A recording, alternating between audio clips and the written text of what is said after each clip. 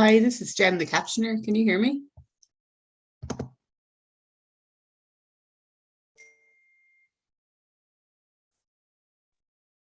Would you be able to assign me as the captioner, please?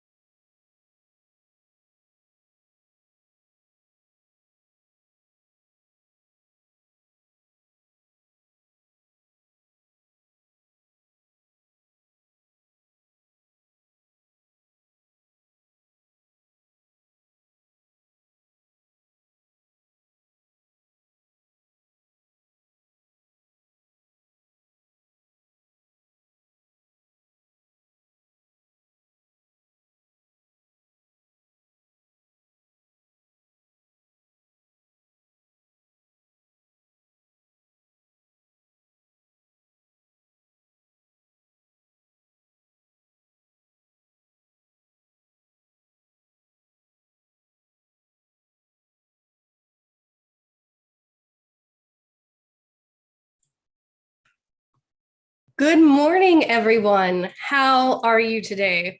I'm very excited to welcome you back to yet another edition of the Game Accessibility Conference Europe. It means so much that you're here joining us today. So hello, my name is Tara, and I'm going to be your host for the day. I'm the co-director of the conference along with my friend Ian Hamilton, or a co-conspirator, as he would like to put it. We're really excited to welcome you to 2 days of talks and networking, exploring recent and future advancements in the field of game accessibility. All of you can expect a wide range of topics from all sectors of the industry, indie to AAA, academia to accessibility specialists, and leave with inspiration, hopefully new contacts, and practical knowledge of how to ensure your vision is able to reach as wide a range of players as possible. So no player is unnecessarily excluded from access to culture. Oh, hold on. I don't see in my side window the interpreter. Let me confirm the view is correct. This is why I have a backup screen.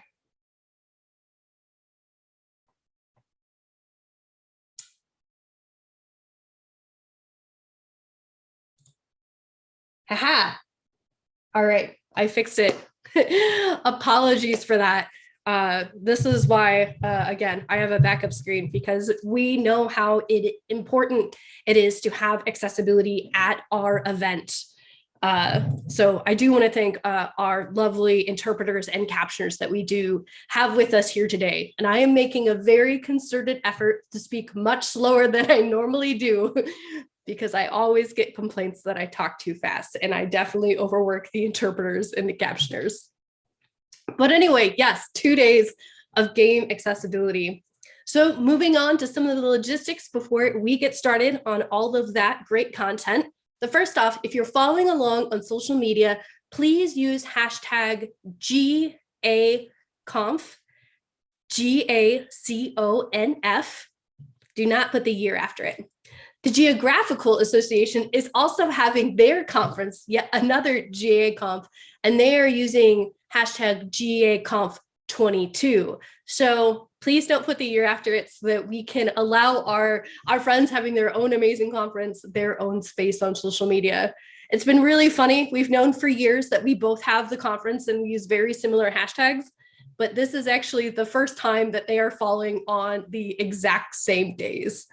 And of course, we actually have the Game Accessibility Conference falling on yet another holiday. Before, we had it during Canadian Thanksgiving and Indigenous Peoples Day.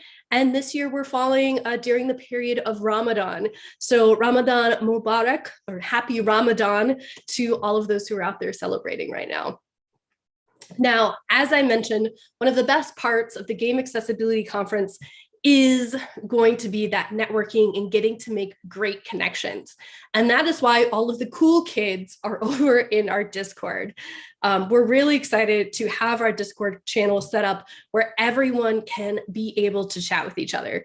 So first off, we have a general chat just about all things Game Accessibility Conference related, where you can go and just chat with other people.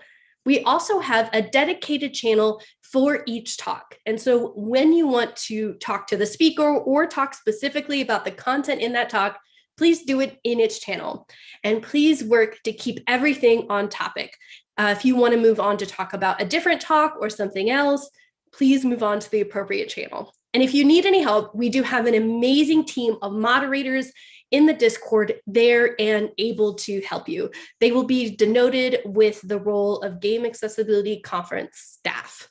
And of course, if you are here looking to make all those amazing connections, we also have a dedicated channel specifically for business.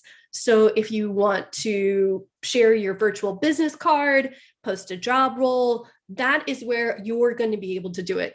But we also have really fun ones as well. So please get on that action.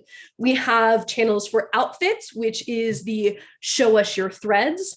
We have one for pets, and we have ones for snacks and beverages.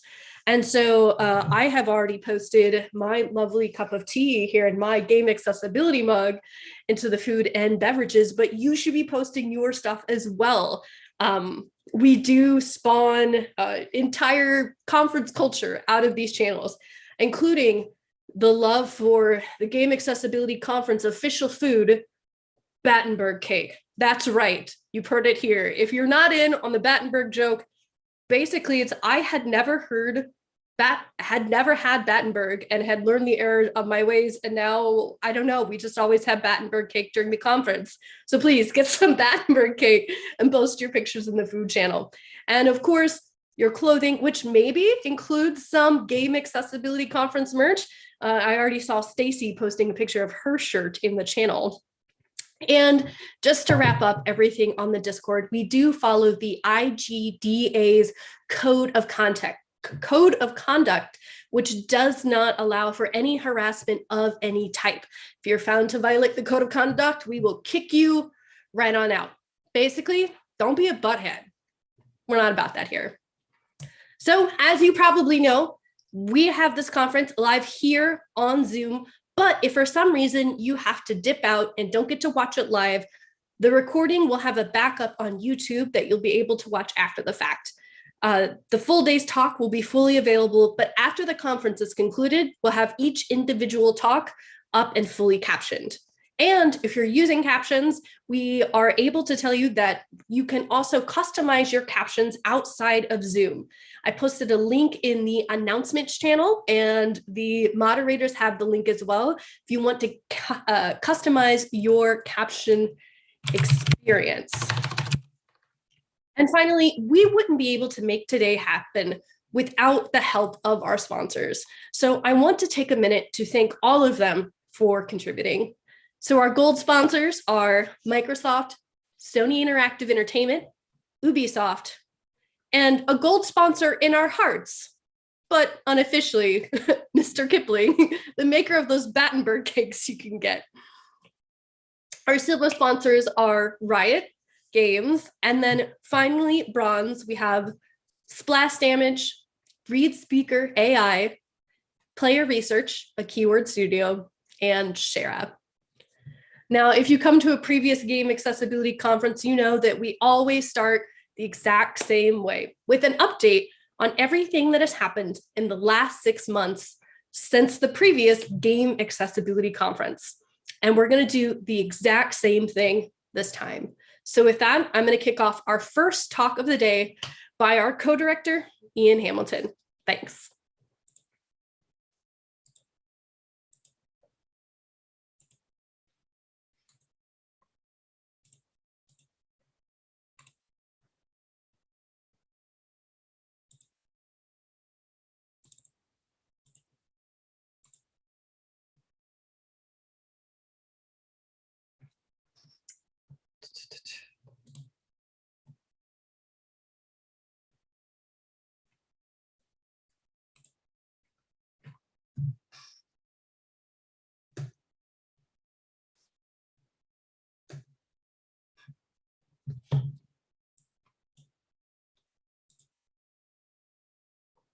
Hello and welcome to the first talk. For those of you who don't know me, I'm Ian. I am an accessibility specialist and I help to run the conference too.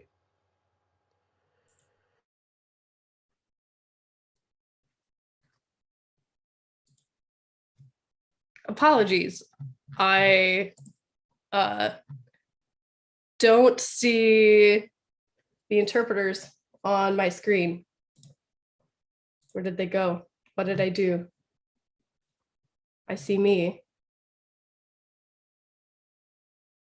Where? There we go. Okay, how do I make sure that everyone can see this?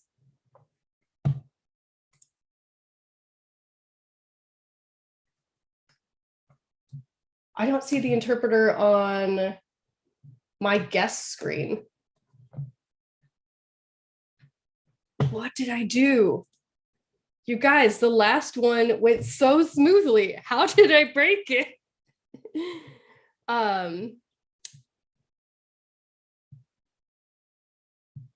I see them on this screen. How did it? I do this one.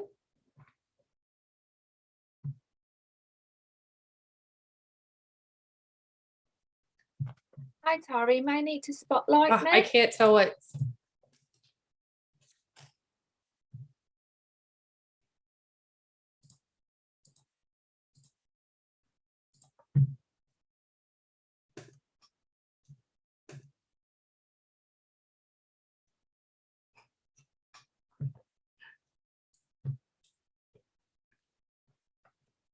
Hold on.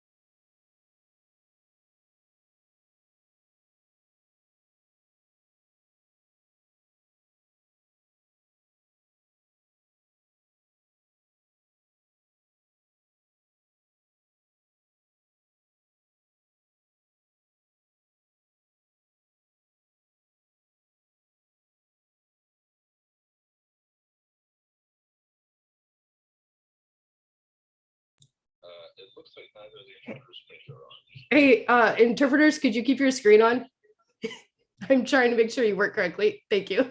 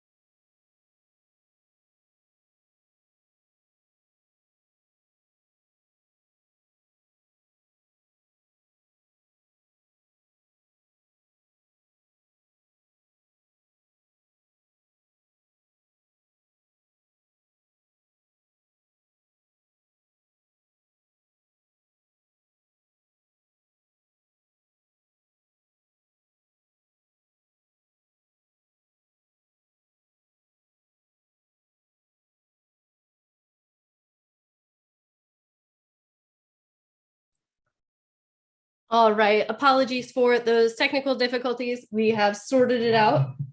This is what happens every time Zoom updates. They change something oh so slightly. So here we go, back with Ian with our update.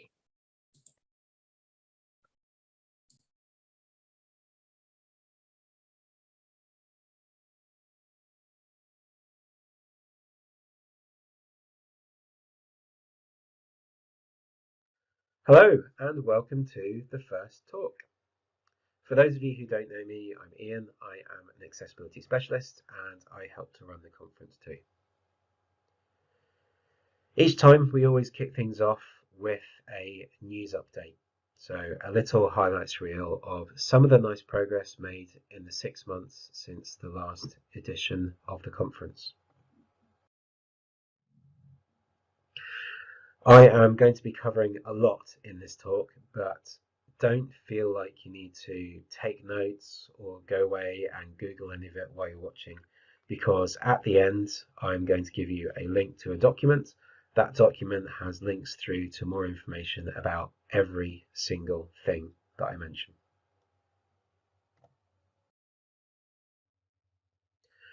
I am going to run through a few different things today. Progress made in hardware, progress made in resources for both developers and for gamers, progress in games and how that is being recognized in awards.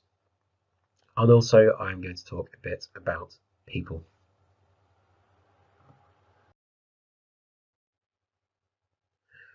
So first up, hardware.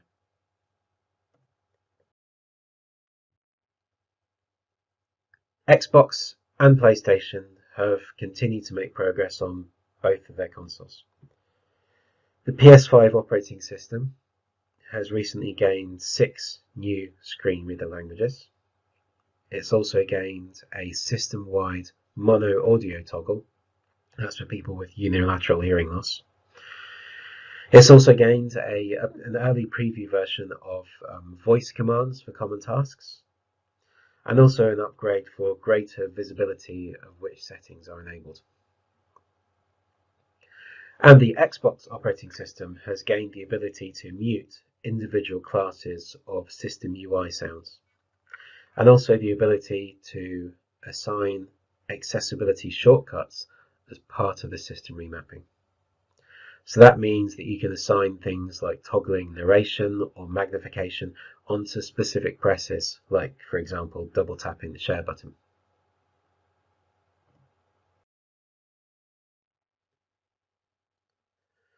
Microsoft had a hardware launch too. I know I mentioned this at the last conference, but it has now actually hit the market. This is the Surface Adaptive Kit. It's a set of tactile bump labels, keycaps and port labels, together with some add-ons that make manipulating laptop lids and stands easier. It's something that builds upon the great work that was done on and the learnings from both the Xbox Series X and the adaptive controller, and it will make a tremendous difference to the experience of many gamers. It is a lovely, elegant, simple idea, but the thing I like most about it is the price. So this retails for $15. It's pretty rare to find assistive tech solutions that are so affordable.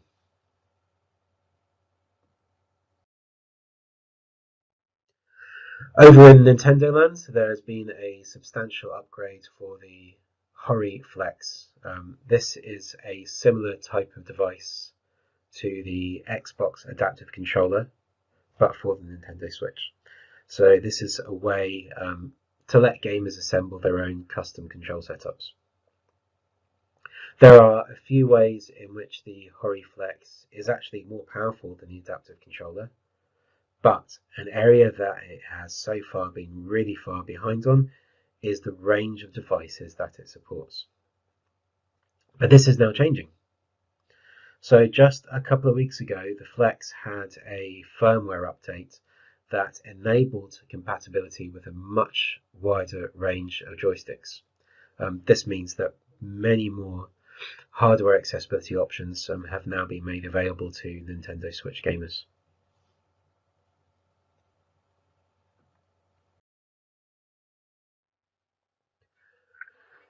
Elsewhere, Elgato released their Stream Deck pedal, which is a set of 3 foot-operated pedals that you can map whatever you want to. This was actually designed to enable hands-free controls of your streaming software, but it was quickly jumped on for accessibility too, for obvious reasons. This isn't the first example of a device like this, not by a long shot, but it is a lovely illustration of how often and how well the needs of different groups can overlap.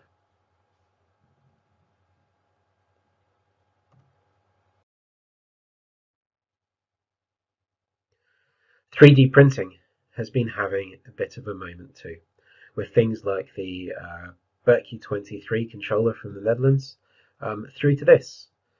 What you're looking at here is a contest to design snap-on controller mods. This contest resulted in 117 designs, all of them aimed at ways to non-destructively modify controllers for greater accessibility. And the designs are all freely available. They can all be downloaded and printed for free from printables.com.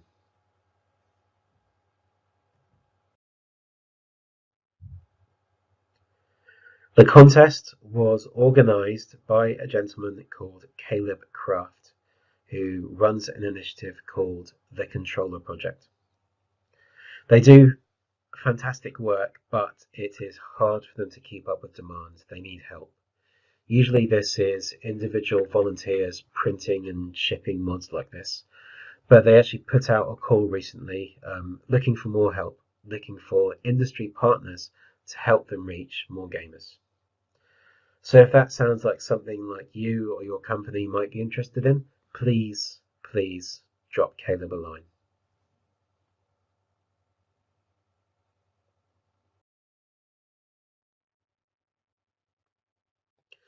So next is resources for developers. And I'm going to start with some data, and it is a landmark piece of data, in fact. So every year, GDC put out a state of the industry survey. This is a survey that's given out to developers, and the data is passed back to developers as well. And as part of this survey, they have a question in there that asks developers whether they are considering accessibility.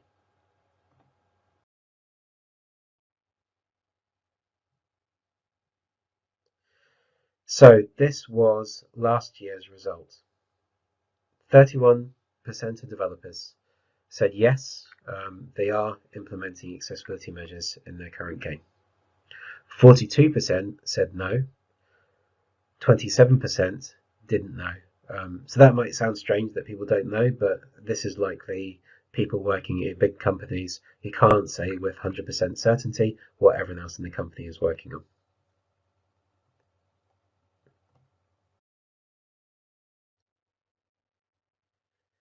And this is the result for 2022. 39% yes, 36% no. This is the first time ever that yes has surpassed no. The first time ever that more devs have said that they were considering accessibility than said that they weren't.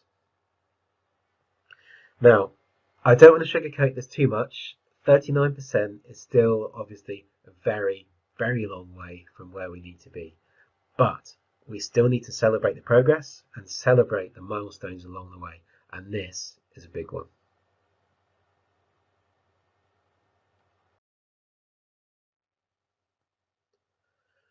And there have been a few other interesting bits of data recently. One in particular that I'd like to mention is some data shared by Riot.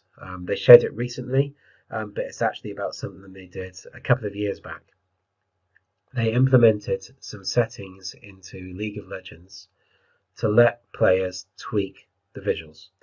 And they did this specifically for accessibility. It was for people with vision loss who were finding it hard to distinguish important things in the gameplay. They tracked the usage data, and this feature set had an adoption rate that was 10 times higher than they expected. 10 times as many people were using it than they thought would. And that is a really staggering number. But that isn't the interesting thing in itself. Where it gets interesting is that there were very clear trends in the data. The data was actually split along geographical lines.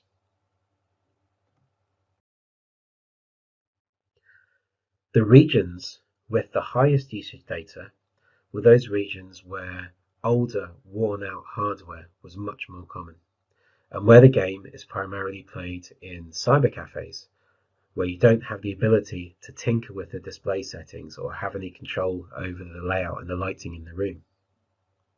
So this is a very powerful example of that principle of design for one, solve for many, of how designing for a permanent physical impairment can also benefit a wide range of people with temporary and situational impairments too.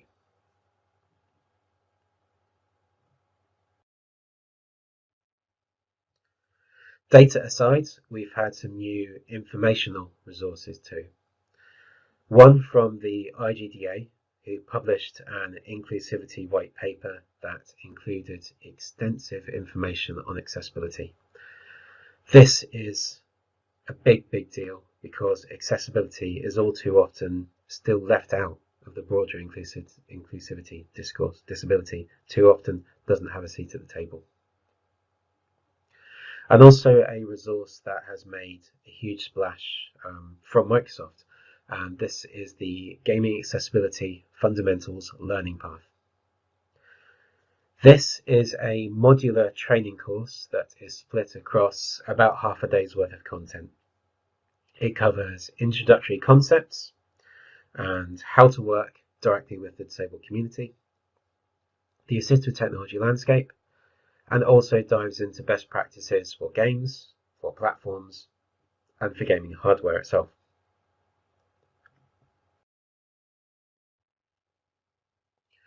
This is a truly incredible resource.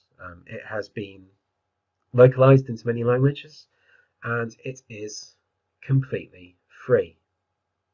So if you're looking for an easy way to upgrade your team's knowledge, this is a great start. And a huge shout out to Caitlin Jones, who is pictured here. She was the driving force behind it. It has been a monumental piece of work to put this together, and it is already having significant impact across the industry.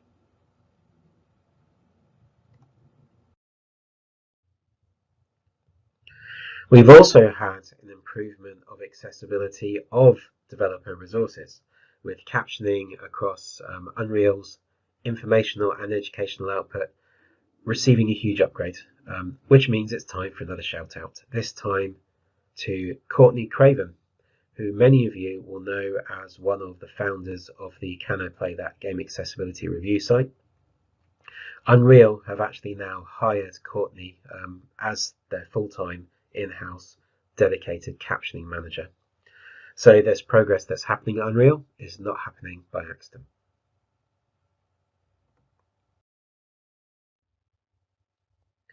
And one last thing while we're on the topic of engines, and that is ReadSpeaker. ReadSpeaker is the text-to-speech solution that was used to create the menu narration for The Last of Us 2. Back then, when it's being used for The Last of Us 2, it was all pre-rendered. It was all audio files that were saved out and shipped as part of the game deliverable. But they have been beavering away since then, turning it into a real-time runtime solution in the form of an engine plugin for both Unity and Unreal. And that has just shipped. It's shipped with some initial cross-platform support too, and that cross-platform support is going to grow further in the future.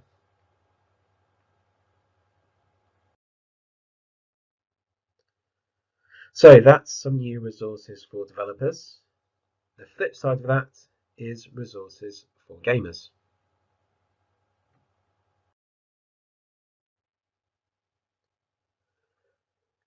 So we will start with this one. This is a new accessibility portal on the PlayStation website. It is a central hub for information on accessibility of the consoles and also of the first-party PlayStation games too. It has overview videos, how-to guides, feature breakdowns, and also a bunch of really lovely quotes from across senior management, like this one from Jim Ryan, who is the CEO of SIE. At Sony Interactive Entertainment, we strive to build a future for players of all abilities. We use technology to advance accessibility tools, products and services for our PlayStation community, and to guide our mission to connect the world through the power of play. I love that quote. It's not just a great and meaningful sentiment, but also that interplay between the overall corporate objectives and the accessibility mission is something that you're going to be hearing more about in Gareth's talk on policy.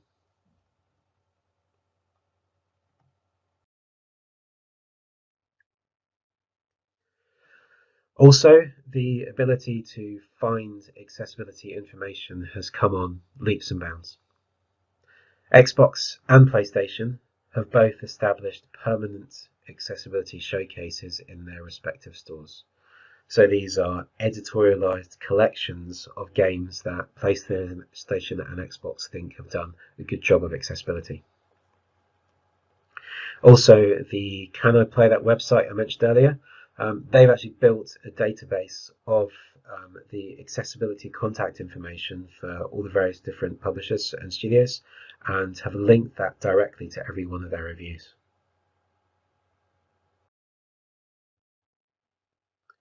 The Accessible Games database from Degas has launched. That lets people search for games based on what features each game has. And last, but by no means least, the Xbox Store also launched their own accessibility tagging system.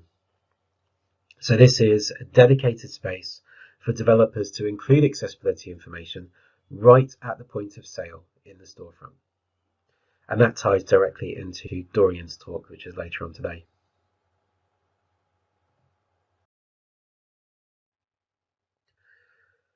And more studios have been making greater efforts to publicize their accessibility work, and more have been doing it earlier in development too. And that is critical. It's hard to get in on the hype about a game if you don't even know whether you're going to be able to play it.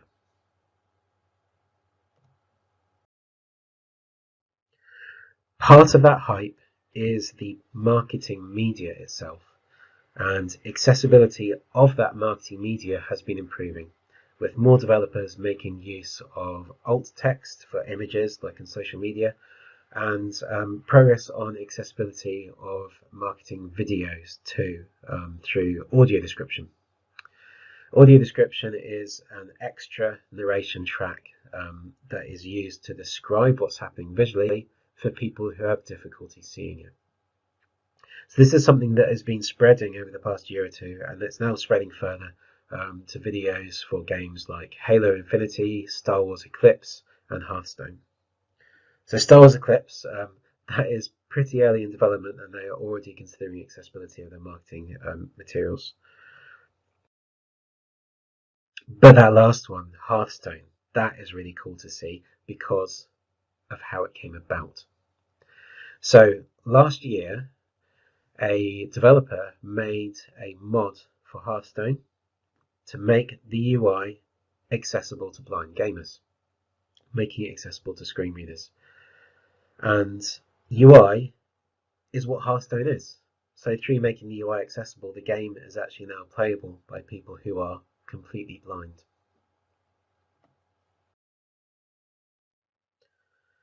Now, I don't want to give the impression that this is good practice. It is not. This kind of blind accessibility is something that studios need to implement themselves rather than modders having to try to hack it in. But nevertheless, the modders did, and it is wildly popular with blind gamers. This was like Game of the Year for blind gamers on the audio games forums. And Blizzard noticed. So Blizzard now know that they have a blind player base, and they value those players equally. They want their blind players to be able to be just as excited about the next update to the game as everybody else is.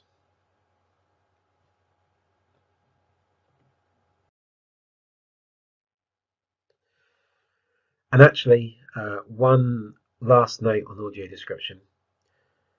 So far, audio description's use in the games industry has been limited to trailers. But in the last couple of months, there was public confirmation that there are multiple companies working on integrating it directly into games for things like cutscenes. So if you want to keep pace with the competition, audio description is something you need to be looking into.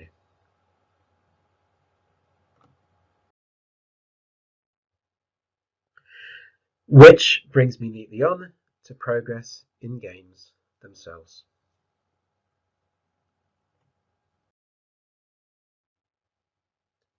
At the moment, we are still in the aftermath period from The Last of Us 2. The Last of Us 2 hugely influenced lots of other developers, but it's still going to take a little while longer for the impact of that on those other studios to be fully felt in games that are reaching release. But that momentum that has been building in AAAs over the past couple of years has continued to build. In the past 6 months, we've seen lots of really lovely things in the AAA space through games like Halo Infinite, Forza Horizon 5, Guardians of the Galaxy, Dark Pictures, Horizon Forbidden West, and Lego Star Wars Skywalker Saga. And not just wider spread of the basics either, lots of great innovation happening too. from the way that Guardians of the Galaxy handles its NPC captioning, all the way through to Forza providing sign language interpretation for its cutscenes.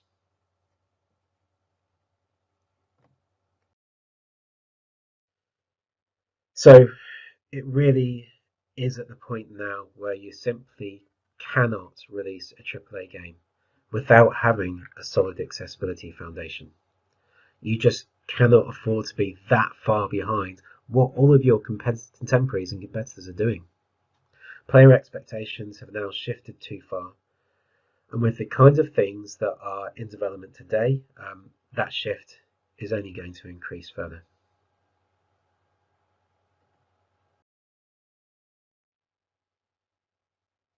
And indies have been doing fantastic things too. The number of indies thinking about accessibility has grown further, and so too has grown the breadth and the depth of their considerations. Just a few indie games that I'd recommend checking out for their accessibility efforts are Unpacking, Conway Disappearance at Dali View, the Easy to Play Games collection of 22 one-button Switch accessible games, Hop Legs, Dextram, Shieldmaid MX, Sifu, Nuclear Blaze, Grapple Dog, and Young Souls.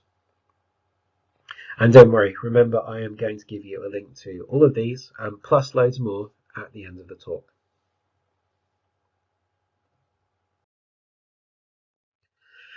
And there have been tons of games patching in accessibility improvements too, like Senua's Sacrifice, Power Wash Simulator, Grounded, Fortnite, God of War, covering everything from text-to-speech improvements to control options, from gyro aim to this fun example from World of Warcraft. This is a NPC on board a train who is feeling queasy from the motion of the train. If you talk to him, he will give you a potion. You drink that potion, that disables the moving backgrounds outside the train that you can see at the bottom left.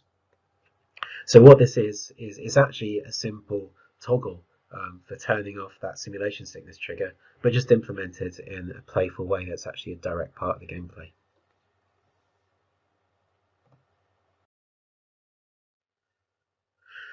So with these patches, you can see that even though it's always better to think about accessibility early, and there is never a point at which it's too early to consider accessibility, it's also never too late.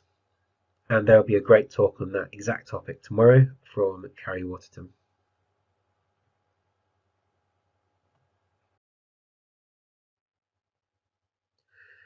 And this progress that's being made in games is being noticed. It's being noticed by players, and it's also being noticed by peers.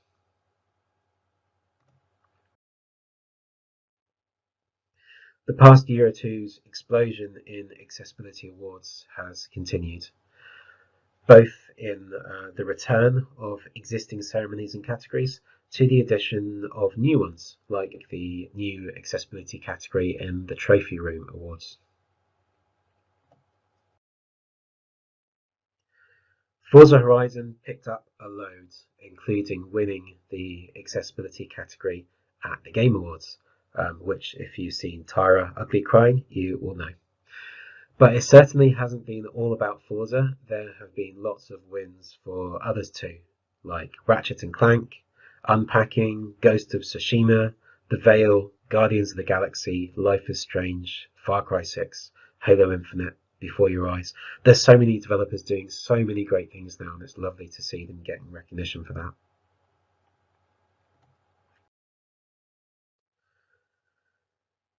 And ultimately, these awards are for the people who have done the work, who have made all of these great things happen, who are pushing the boundaries, learning these new things, and sharing them with the rest of us to drive the industry forwards.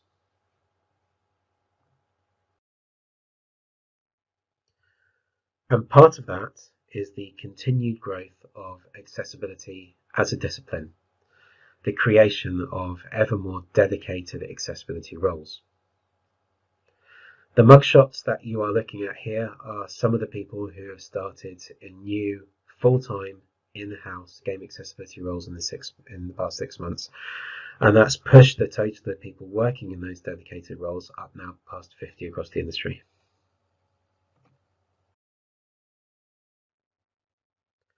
So working directly at studios and publishers, we have Elizabeth White at Bethesda, Pete Galbraith at Alchemy Labs, Noemi Rebelli-Zabo at Amazon, Carrie Waterton at Rebellion, Michelle Gartzer at Gearbox, Stacey Jenkins at Ubisoft, and Andre Lang, who is also at Ubisoft. And there are other roles that are in the final stages of recruitment too at Naughty Dog, a couple at EA, and also at Activision Blizzard. And also some hires for platforms and tools, with Brian Parsons now working full-time on accessibility for the PlayStation operating system, Courtney Craven, as I mentioned earlier, now captions manager for Unreal, and Julia Pediguero as lead developer for Unity's new accessibility team, and that team has several other vacancies currently advertised. There is now really rapid acceleration in hiring. Before the end of 21, there had never been multiple roles advertised at the same time. I mean, a couple of years before that, there had never been a role advertised at all. But all of a sudden, at the end of 2021, there were simultaneous vacancies advertised at EA, Ubisoft, Blizzard, Unity, and Naughty Dog. Sounds awesome, right? It is awesome, but it presents a problem, a skills shortage. Experienced people are very quickly being snapped up. The demand is now outstripping supply. So I am going to end this talk with a call to action. If you've been thinking about creating a role at your company, do it. The longer you leave it, the more people will be snapped up. And that person, you know who I'm talking about, who you rely on so much, who has been doing awesome accessibility things alongside their regular day job, they might not stick around to wait for it to be made into a proper accessibility role if there are opportunities elsewhere.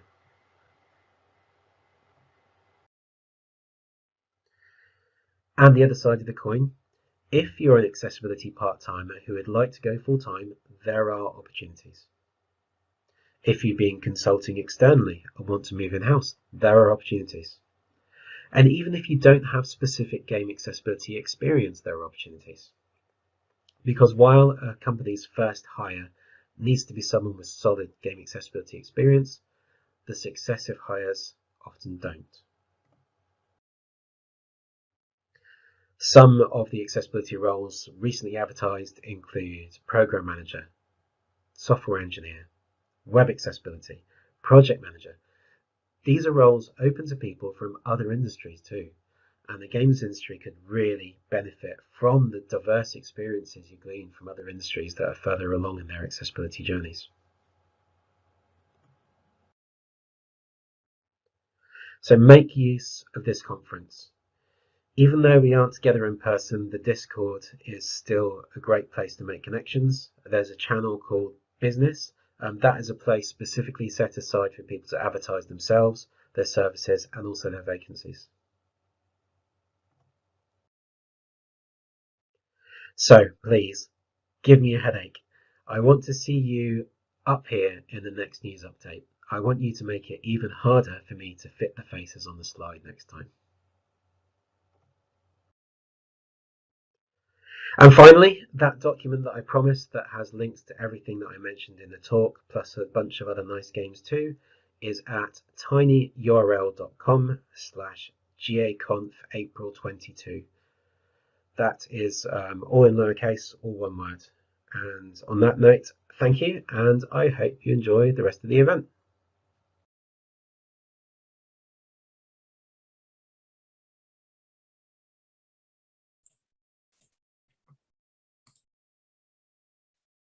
All right. Thank you so much, Ian, for kicking off the day so much amazing goodness happening in the last 6 months. And I really, really want to emphasize what Ian said at the end. You know, we are coming upon a shortage of people who work in game accessibility. I mean, there's been so much of, you know, trying to snatch up literally people to fill these roles. The old guard, as this is an ASL sign, the old accessibility people.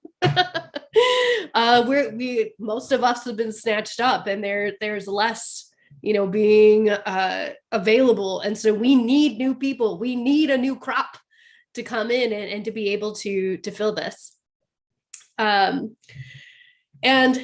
if you are looking for the link that Ian shared, we did also put it live on Twitter, so you can check it out. And be sure to keep tweeting with hashtag GaConf so we can learn everything that's happening.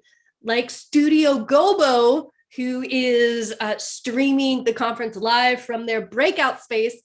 Thank you so much for watching. We hope you enjoy. Thanks for being here. And with that, we're going to take just a couple minutes break, and then we will be back in, what time is it? In just a few minutes, in about 5 minutes, to have our next talk, accessibility in first-person games. So I will see you in just a few. Thanks.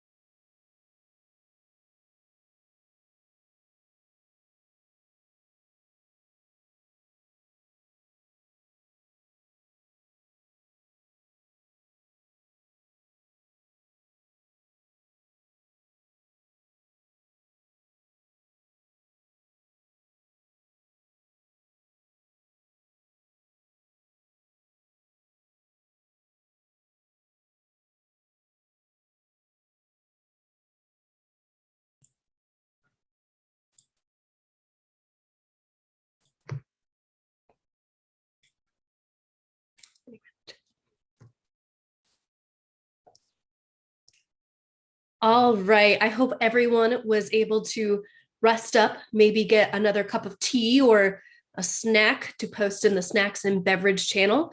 We're going to be rolling on to our next talk, accessibility in first-person games. Some implicit and some explicit accessibility features can work in every first-person game. No matter the gameplay, in this talk, we will discuss what are those features and the best ways to implement them. So thank you for Carlos Coronado for coming and talking with us today. I hope you enjoy.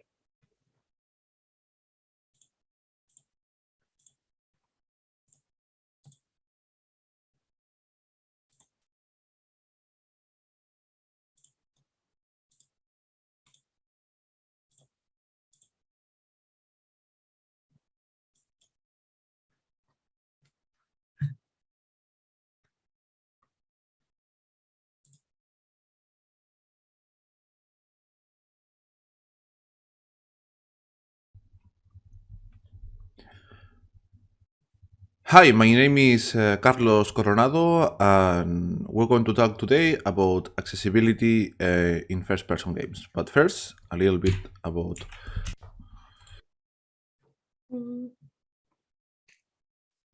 Where did our chirp go again? Why is this happening to us?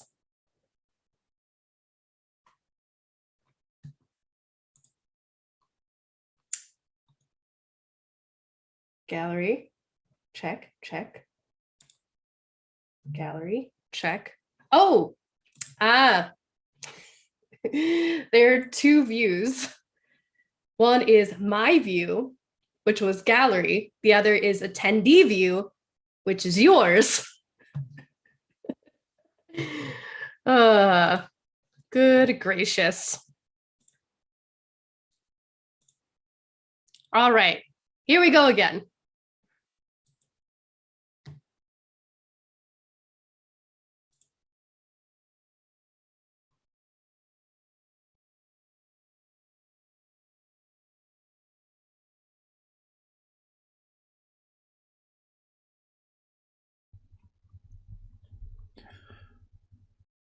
Hi, my name is Carlos Coronado, and we're going to talk today about accessibility in first-person games. But first, a little bit about...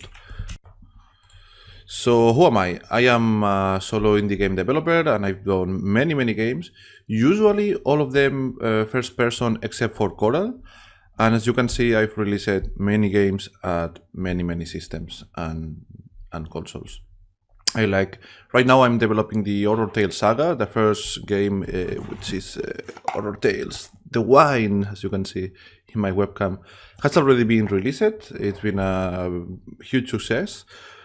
And right now I'm developing the second one in the saga, which is Horror Tales the Beggar, which it's a work in progress. Aside from this, I do also teach in the game design and game development in the University of Barcelona, and you can find me in a daily basis in my Twitch channel because I actually show the entirety of the development of my games. When I'm developing my games, I'm doing it also on Twitch, and I think it's an awesome experience because it allowed me to connect with other game developers, and it's also a great tool to learn game development if you're a student or you want to see how sheets are done. So yeah, that's another way you can reach at me, and of course via Twitter. Okay, so let's start. Let's talk about the Horror Tales Saga specifically, but this is something that it's not accessibility for first-person horror games. It kind of works for everything, because when I started the Horror Tales Saga, I knew it was going to be a trilogy, and I developed something called the Nina template in honor of my cat Nina, and it's like a template or a framework which include a lot of accessibility features that can work in almost any first-person game that you develop.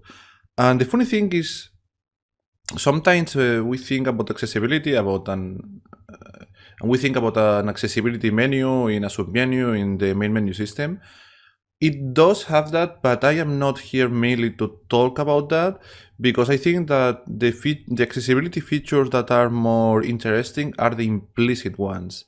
And don't worry, we're going to see all of them. But yeah, it's important that we not only think about accessibility in terms of the accessibility menu. It's something broader. And actually, if you take into consideration accessibility at the beginning of the project, it's going to be much easier later on to add accessibility features. If you're trying to make a game more accessible, that it's not thought that way by default, it's going to be a pain in the ass.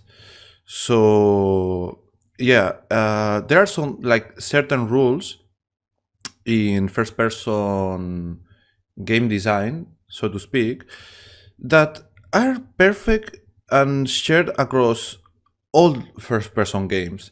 And mainly these are things that we're trying to avoid and things that encourage a good experience for a first-person experience. So one implicit feature of accessibility, and again, there's a very, very thin line between good game design and accessibility, because sometimes they even merge and you don't even realize. And the first one is super clear: good visual and audio feedback. What this means is the player should know how can he or she interact with the world, and the player should know too what things can be done and what things cannot be done. And it's very important to get a system so the player knows how to interact with the world. So for example, if I have a game and I want the player to interact with some paper, a letter or whatever, how do I teach the player you can interact with that paper? Maybe an outline, maybe an audio cue, maybe a 2D sprite that follows the paper on screen when I'm at a certain distance. And this is very important, and we will see examples of that in the future of this talk. But sometimes this is something that it seems obvious, but it's actually divided into sections. We have to tell the player, we have to communicate to the player, is this something I can interact with? And if it is, how can I interact with? For example, I really like the outlines. An outline, when I approach something, I draw an outline into that something, and it's like, and it communicates to the player like, hey, you can interact with this. But it doesn't show anything in the screen like press E to interact or whatever. Then when the player approaches that object and is within a certain range defined by me and looking the object, then I say press E to interact. So it's not only the press E to interact, because we cannot assume that the player is going to be looking at everything in the center of the screen to interact. You have to communicate that there's something there you can interact. And that's why it's very important that you communicate it in two ways. Hey, there's something nearby you can interact with, the outline, and hey, there's something right on you that if you look directly at it and you are in less than whatever distance to it, you can press E or whatever to interact. That's super important to make the two distinctions, because if you only do the second one, most players won't even know there was something there you can interact with. I'm going to talk about the next one very quickly, language selections. This is kind of obvious, right? A game with more languages is a game that can be played by a broader audience, and therefore it's more accessible. Language selection is a funny one, because for the way I organize it in my games, I always have like two spreadsheets for localization. One is the spreadsheet for, like the menu, the accessibility features, the things that are not the game itself. And I have another one for the game lore. And I think this is important to make, because imagine that you add new content to the game, new area, new DLC, whatever, I don't care, or a new feature, for example. So you're going to find yourself in a tight spot for if you actually localize the game to a lot of language, which I really encourage you to do.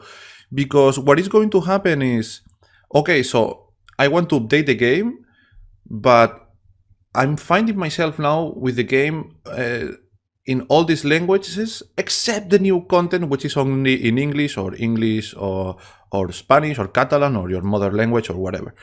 And that can suck ass.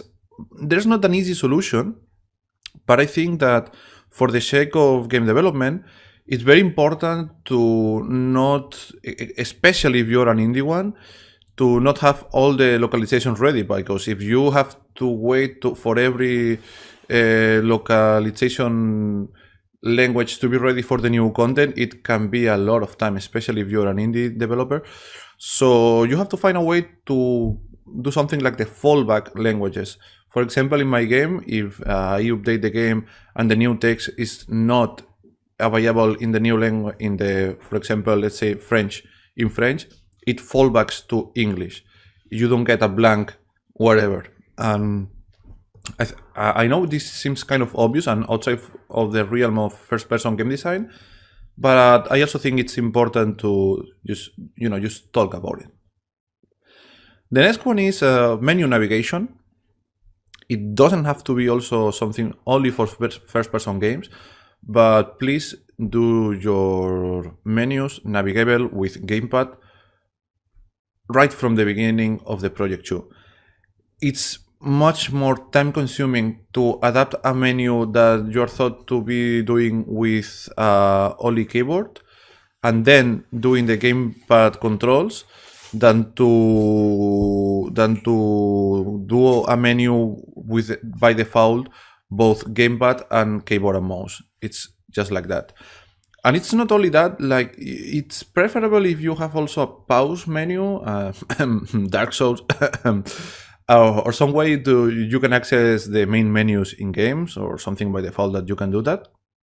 But yeah, a good menu navigation, it's also a good accessibility feature. And when people play the game, there's a necessary menu, but most of the people are going to go to the menu and the first time they're going to click new game or play or comments or whatever. And make that button really available from the beginning. Don't put the play button to start the adventure or start the game or whatever hidden in 20 submenus, please. Like that button should be like pump right at the beginning. The menu is something the player uses to tweak the experience of the game or to navigate to a certain part of the game, but don't hide the play button. It is the most important button in your menu, and if you can put it in no submenu, that's great. I don't do that because my game actually saves the progression of the player, and I have a little submenu that we're going to take a look at it in a moment, but you'll see that it's not that difficult to reach. Okay, then the game loop navigation. The game loop navigation, it's also a really important one because it talks about not only how the player progresses from the menu to the game, but what happens when you leave the game, what are the credits, do I show some studio logos or names or whatever before or after the main menu at the beginning of the screen, how can I interact with the other menus, how do I progress through the game from chapter to chapter, how do I select chapters. And this is something I also do for all my games. And all my chapters are unlocked by default. And this is something I do because what if I just want to take pictures in the video game? All my games include a photo mode, and I think that it's pointless to hide the counter behind a progress barrier. Or imagine that, I don't know, my game files got corrupted. It's not a problem. You go to the chapters menu and you select the chapter and it's not locked chapter or whatever. You just go to there. And I know that a lot of people are now thinking like, oh, but Carlos, what about the achievements? What about the people who, I don't know, get an achievement to 100% of the game? First of all, if you want to make sure that someone played the game from start to finish, you have ways to look for that in your achievement manager coding or whatever. But fuck the achievement people. I hate achievements so much. They add a lot of work to game development and they don't actually make the experience better in any meaningful way. and sometimes we have to, even think for filler content because the game loop you thought it's not something that you can adapt to have like 50 achievements or whatever. And yeah, my advice will be like, don't take achievements into consideration of the design of your game because it's going to be painful. And then we have the immersive features. And the immersive features, don't worry, we're going to look at all of these in-game. The immersive features are very important too, and these are features to make the first-person camera more immersive in the game area. Like for example, when you jump and you land, maybe you want to play a little camera animation. When you get hit, maybe you want to play a flashing red screen. All that stuff that we're going to take a look in a moment. But I think it's very important to have them well thought from the beginning because some of them can ruin the experience for most players. And then, of course, we have the explicit accessibility features, also known as the accessibility minute, that we're going to take a look at it in a moment. Okay, and this is the things that we want to avoid in almost all first-person games. And of course, what we want to avoid is dizziness, disorientation, unclear ways to interact with the world, as we have seen before, glitchy movement, and clunky menu navigation. Okay, dizziness and disorientation, these are easy. Like usually you want your first-person controller to be as smooth as possible, to not have a lot of don't take the control of the camera away from the player to introduce a cinematic or something in a very heavy way. Don't try to make levels that are very easy to read in terms of navigability, so the player knows what's up, what's down, what's in front, or whatever. Or if you are going to do something extra, at least think and have in the back of your mind that this environment can be disorienting to the player, and that can suck too. And we've talked already about unclear ways to interact with the world. And the glitchy movement is something that I find my students most of the time don't take that into consideration. All first-person games have more or less glitchy movement in some way, but the key rule here is that this is something we are trying to avoid as much as possible. So for the glitchy movement, I'm talking, for example, the player stepping in something that it's like, I don't know, 20 centimeters or 10 centimeters tall, and then the camera goes like, pum, does a quick jump 10 centimeters up in the air. That little jump is the worst.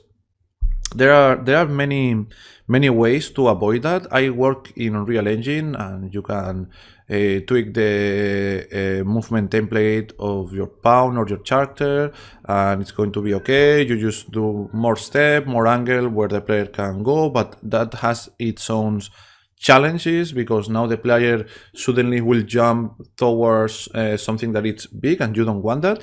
This is a sweet spot. It's something you have to tweak for your game. Another thing I really encourage is like stop making the player fat. By default, the first-person capsule of Unreal Engine, it's a very big capsule. That means the player won't fit indoors or in normal-sized doors. I strongly recommend that you make the radius of the capsule a little bit thin, and that way the navigability of the world is going to be more awesome for the player. And of course the clunky menu navigation, which we're going to see also in a moment. Okay, now that we've talked all of this, let's get to the game. And let me change the screens. Let me put that here. Let me open the game. Oh, and the first thing it's this one actually. We are here, and this is the crates I show before the menu, and this is what I'm talking about. Play, continue, bam. Then I'm playing. I like to put very ugly loading screen text. And now I'm right in the game. But this is actually false because I can actually go to the game much faster if I just spam whatever key. For example, now I spam the space key and pam, pam, pam, pam, continue, pam, I'm in the game. Just like that. just like that. This is super important for me. This is something that it's going to be very, very important for the experience. Like the menu should not be something the player is fighting, and that's it's something very, very, very important to communicate to the player. Okay, so now I'm going to exit to the menu. So you can see it's quick, it's not a pain in the ass. I'm going to click new game or chapters, tasting, which is the first level. And as you are going to see now, we are in the starting area. Okay, the player starts looking like that. And we have the first communication of interactivity. You see that green outline. There's, hey, I can interact with this. Then if I look at it, then a little text appears in the bottom of the screen. Sorry if the subtitles are here. But if I click A, then something happens. In this case, it's just communicating to you the information of what you need to do in the game. But, and that's the interesting part of it, if I continue just a little bit, now we have the tutorials of mouse, rotate, and this is very important. Actually, I didn't talk about this in the presentation, but you see like mouse, move mouse, rotate, and actually if I restart again, let me do a new game and skip the lore because why not? You'll see now that the first thing that we communicate to the player, you'll see in a moment, is absolutely nothing. And when we go here, it's like maybe like the player knows like the movement. This is a game thought to be thought in a gamepad, but you don't really want to make a first-person game only playable for people that knows already how to play a first-person game. So if you can communicate to the player, press this to move, press this to crouch. The crouch tutorial is way up, for example. This is the first game that the player actually needs to turn the camera to progress through the game, and this is where we teach them, the player, how to do that. And well, here it disappears, but it is something very interesting now. And it's about the way the player can communicate with the world and how the accessibility can actually make the game design easier for the player. So for example, when you arrive here, this seems like a barrier, and suddenly pop, ooh, I don't know if you've realized that, but this bottle kind of become glowy, and glow in game language is you can interact with that. And this I actually use it to lure the player towards there, and because I want the player to not look at this exit right away. And when I approach the bottle, now the text become glowy, and this is actually distance. These are box triggers that I can actually tweak to make the experience more interesting, because now the player is 100% focused, or that's what I hope, on this little tunnel over here. This is an empty bottle. The game has asked you to find a full bottle. This is some lore, whatever, but it's like here, this bottle, I remember I put this bottle here because sometimes the players just went like this and they didn't realize there's a wall area here. And when they do like this and they turn with the light and the bottle, it's impossible to see.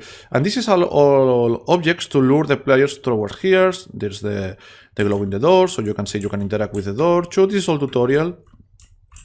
That's like a prominent bottle. Oh, and that seems an intact bottle. It's just an empty bottle, whatever. And if the player has already reached here, he's probably going to explore a little bit more to see what's going on. And we come here, there's a paper here, whatever, more lore. Okay, so this is a dead end. What a shitty game. Oh my god, I have to return. Where do I go now? Whatever. Bam. And then the first jump scare or meaningful scary situation of the game happens. And this is all done through accessibility. This is all achieved through the glows. The glows are the most important part of this scare, because the player now thinks, okay, I have to go back, I have to go quick, and bam, this is when the very juicy content happens. And again, sometimes good game design is good accessibility. When the player gets out and looks here, it's very easy to see that, oh, there's a gap here. So you go here and you continue exploring the adventure. You can run. This is the run tutorial. I give plenty of space to the player to see how he can run. And if we continue just a little bit more, I've done this like 100 times. This is the crouch tutorial, as you will see now. We see this, control, crouch, because sometimes people won't know or won't realize that you can actually crouch in the game, right? So this is the way to communicate that you can interact with something is like this. If I look at this from here, I cannot interact, but maybe the player thinks this is a threat zone. He cannot interact with this. So we communicate it through the glow, and then I approach, and when I am in the interact range and I am looking at it, I just interact and do whatever I have to do, and I don't know. Okay, so this is super important. And when we're talking about immersive features, we're also talking about this. I don't know if you realize, I'm going to go back at the beginning. No, here it's happening. Do you realize that the camera is actually going up and down? The camera is, it's very, or this black thing while I'm running. But the camera, when I'm running especially, you see in the top of corner of the screen that it has a very subtle movement. That can be something that destroys the experience for everyone playing the game, and it can potentially make someone dizzy. So no problem. We go to the accessibility menu, and there's an option for that, which is the camera shake. It's on. We put it off. And now there's no camera shake whatsoever for anything. Nothing gets camera shake, even with a jump. I think this is a very bland camera. But if you don't give the player the option to deactivate this kind of behavior for the camera, it can have the potential to screw the experience for a lot of players. And now that we have that unactivated, I want to step on this to see, because this is a bad example of accessibility right in the beginning of the game. Look what happens when I go up this. It's like clank, clank. It's like this step right here. You see the camera, which it's doing something glitchy, or here it's like pam. I'm bumping in this little thing. And this should have the collision disabled, because even if I'm crouched, it's not something I pass. It should have been disabled, because the camera is doing some very weird things, and we don't really want that. Right now, let's see how I have only 5 minutes left. Okay, let me explain then a little bit about the accessibility menu. Of course, if you're making first-person games, please, subtitles always on by default. That's, for me, it's a must.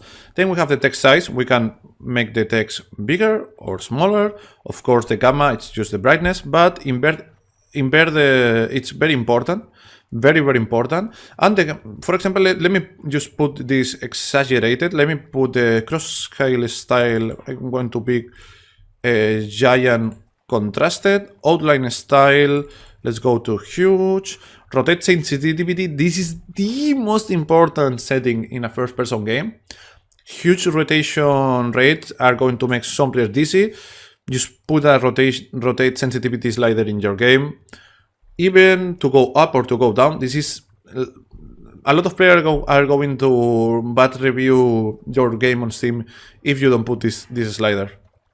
This is the bare minimum. I have an option to disable flashing light because it's a horror game. We're going to talk about immersive mode later on, but I can also change the text style, and there's a little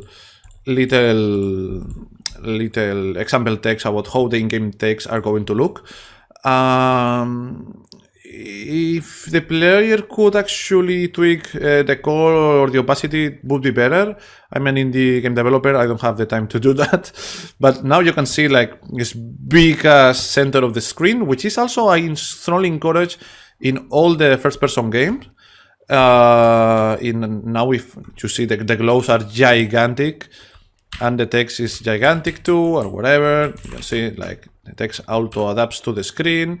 Maybe it's a little bit good, don't worry, but it should not do that, but whatever. And something, you can actually read the text here, because now I'm going to make the game less accessible. I'm going to go to the accessibility menu. I'm going to reset the settings.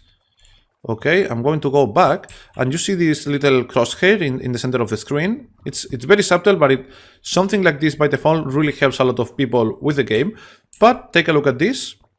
If I go here, you have two texts, the in-game text, which is also localizable too. If I go to settings, language, let's put it in Catalan, and we go back. Like all the text, the in-game text on the paper sheet and the text in the HUD gets localized too. Maybe it takes a little bit to propagate the change, but whatever. That's very important too. If you are going to use like some fantasy or handwriting or whatever, make the option or put the text, normal text to the player in the screen. That's something that I think it's really important too. And I'm going to finish with that, because we've been talking all this time about making the game more accessible, but I'm going to actually do the opposite now. What about if we want to make the game less accessible for the player, also known as more realistic or whatever? Please leave that option to your players too. For example, if you go to the accessibility menu, let me put this all by default, and then let me put it back in English. And then we're going to outline style, invisible, crosshair style, invisible, and we are going to activate the immersive mode. And with these features, now no outlines and no screen text. So it's going to be, see? What? It's not working? Why is it not working? It should be working. It got changed. Invisible, immersive mode. Yes. Thank you. I don't know what I clicked there. See, now no text, only a little audio cue that you're not going to hear. Okay, and now I just grab the paper, no text, no whatsoever, no outlines, no nothing. And there are some people that they do want to use the accessibility menu or use the accessibility features to make the game less accessible, because they want the full 100% realistic experience or whatever. Please allow them to. Accessibility is there for this kind of players too. And I think that's this is a wrap up.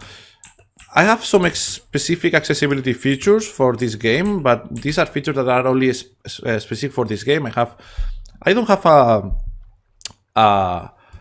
how do you say? I don't have a feature per se to make the game less difficult, but I do have a feature to deactivate the enemies in some areas where enemies are chasing you while doing puzzles, and when 30 seconds has gone by, the enemies just disappear. This is something the community asked for it, and I updated the game and put it. But again, that's something that it's only for this game and not something broad that can be applied to all games. So yeah, I think we can wrap this for now. I'm very happy you've been here listening to me, and if you have any question, I'll be more than glad to answer it. So I hope you like it, and see you in the next one. Bye. And by the way, I totally forgot, but thanks so much to Tara and Ian for inviting me to making this talk. It means a lot for me, and hope we can continue to collaborate in the future. Bye.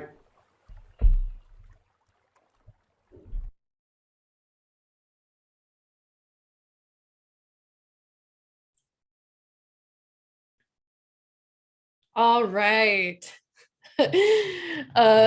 Carlos is finally in the accessibility in first person games channel and ready to answer all of your questions. I know that Carlos was concerned that this talk may be too basic, but I think that Carlos is forgetting that when you are an expert in something like this, it all feels basic to you, but the chat was blowing up with everyone learning key things. I mean, you covered so much, from having levels unlocked so that people can use photo mode to all of the details of Horror Tales, the wine, which obviously this conference we absolutely love. We highlighted it at the US edition last October in our horror talk. And, you covered so much, including don't assume the player has the experience. It was said in the Discord chat, every game is someone's first game. And so being able to make sure that you cover these things is really important. And I personally loved the intro and sort of good level design, but my favorite part was highlighting the camera and the camera shake. So it is way better to offer a bland camera than forcing camera shake on you. Because if my options are bland camera or vomiting, I think I would rather have a bland camera. And if my only option is to get sick, I'm probably not going to be interested. So again, thank you so much for that talk. Please, if you loved what Carlos showed, go check out his game. It's out now. So we're going to be taking our first break of the day. It's going to be a half-hour break. We will be back at 11:50 with our next talk on the Royal National Institute for the Blind and their accessible gaming research. So please rest up, get a snack, stretch your legs, pet your dog, give your cat some scratches, and we will see you in just under a half hour when we come back. So again, thank you so much and see you soon.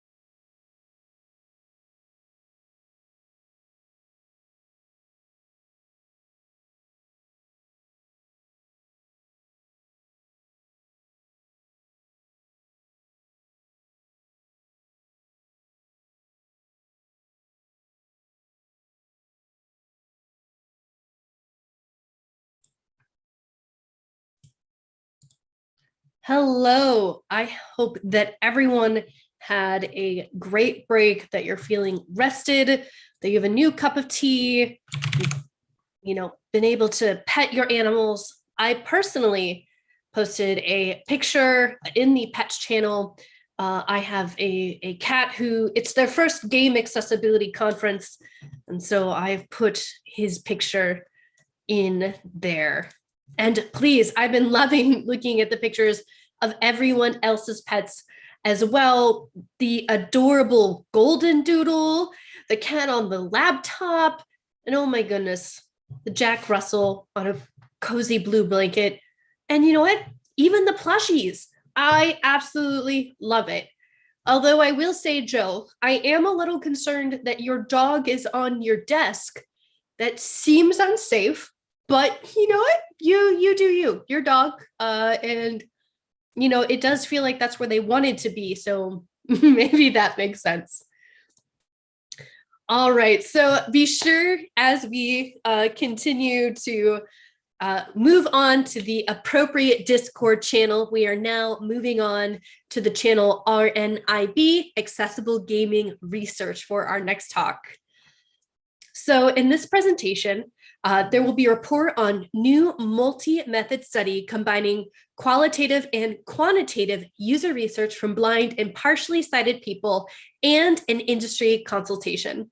While the gaming industry has focused on making video games accessible, many blind and partially sighted gamers reported major accessibility issues.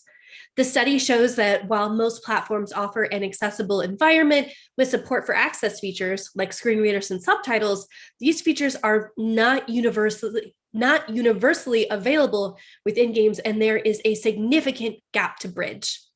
So this research will assess how gaming is for people living with vision impairment and the opportunities and challenges the industry encounters in developing accessible games. So I'm going to hand it off to our panel. Thanks.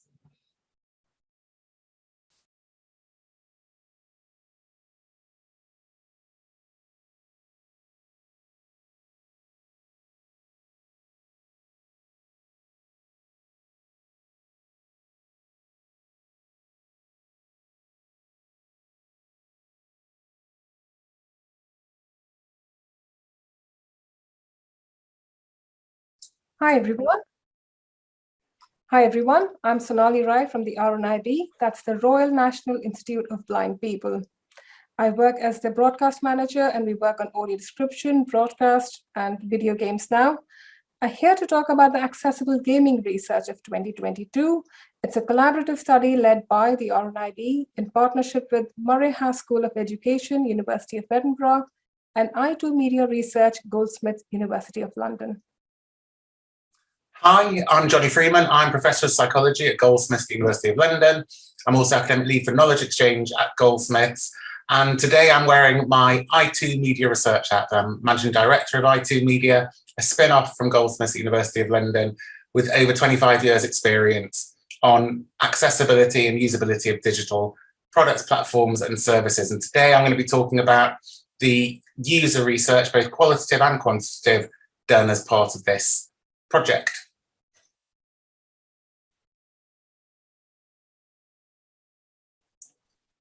Hi, I'm John Payden, and I'm a technology officer working at RNIB in the media and culture team under Sonali. So I'm not sure how familiar everyone is with the RNIB, so let me start with a brief introduction of what we do. We're the Royal National Institute of Blind People, one of UK's leading sight loss charities and the largest community of blind and partially sighted people. We see ourselves as a catalyst for change, so inspiring people with sight loss to transform their own experience, their community, and ultimately society. Our focus is on giving them the help, support, and tools they need to realize their aspirations. So it's about empowering people. And like any other national charity, we work across a number of different areas, including access to education, reading services, employment, finance, transport, and we have some of the leading experts working on specialist formats like Braille and Tactile. And in this vast RNIB universe, I've got a small team that works on access to entertainment, so media and culture services. We cover broadcast, film, video on demand, museums, and now video games. We've got different touch points. So we work on advocacy, policy, collaborate with the industry on user experience, collaborate on research studies to understand benefits of next generation of access services. We're very much a user-led team, a user feedback-led team. So which means the more feedback we get in a specific service, the more likely it is that we'll start looking into the accessibility of that service and how accessible it is for blind and partially sighted people. And there has been tremendous feedback on video games, and that's one of the reasons why we've started this project. About this, the research project, the methodology, it's a multi-method approach. We started with a user research. The first part was quantitative research, a large-scale survey done with over 500 respondents. This was followed up by qualitative research, which was done by our user experience team at RNIB. And simultaneous to this was the industry consultation. Now, the purpose of the user study was to identify and establish the barriers that people with different levels of sight loss, mild, moderate, and severe, experience in trying to play video games on different platforms. The industry consultation was to understand the industry perspectives on the opportunities and challenges they consider in developing games with access features for different platforms and devices. I'll hand you over to Professor Freeman now to take you through the user research, and then John Payton will summarize the results of the industry survey. And then I'll wrap up with the presentation with a few recommendations that have emerged from the study. Over to you, Jonathan. Thanks very much, Sonali. So we've mentioned already the user research that Sonali's just introduced. And there were 4 main research questions that we tackled with the user research. And they're listed on the screen now, but I'll read them out for accessibility. The first is, what are the key barriers to engaging with video games for people with and without vision impairment? The next question was, could more accessible games with features that allowed independent play change gaming habits for blind and partially sighted people? The next question is, what factors influence the perceptions of the accessibility of different video games? And finally, what are the preferred accessibility features that people with vision impairment would appreciate and want to see more of in video games? In terms of the research method, there were 2 major elements to the user research. So there was quantitative research and qualitative research.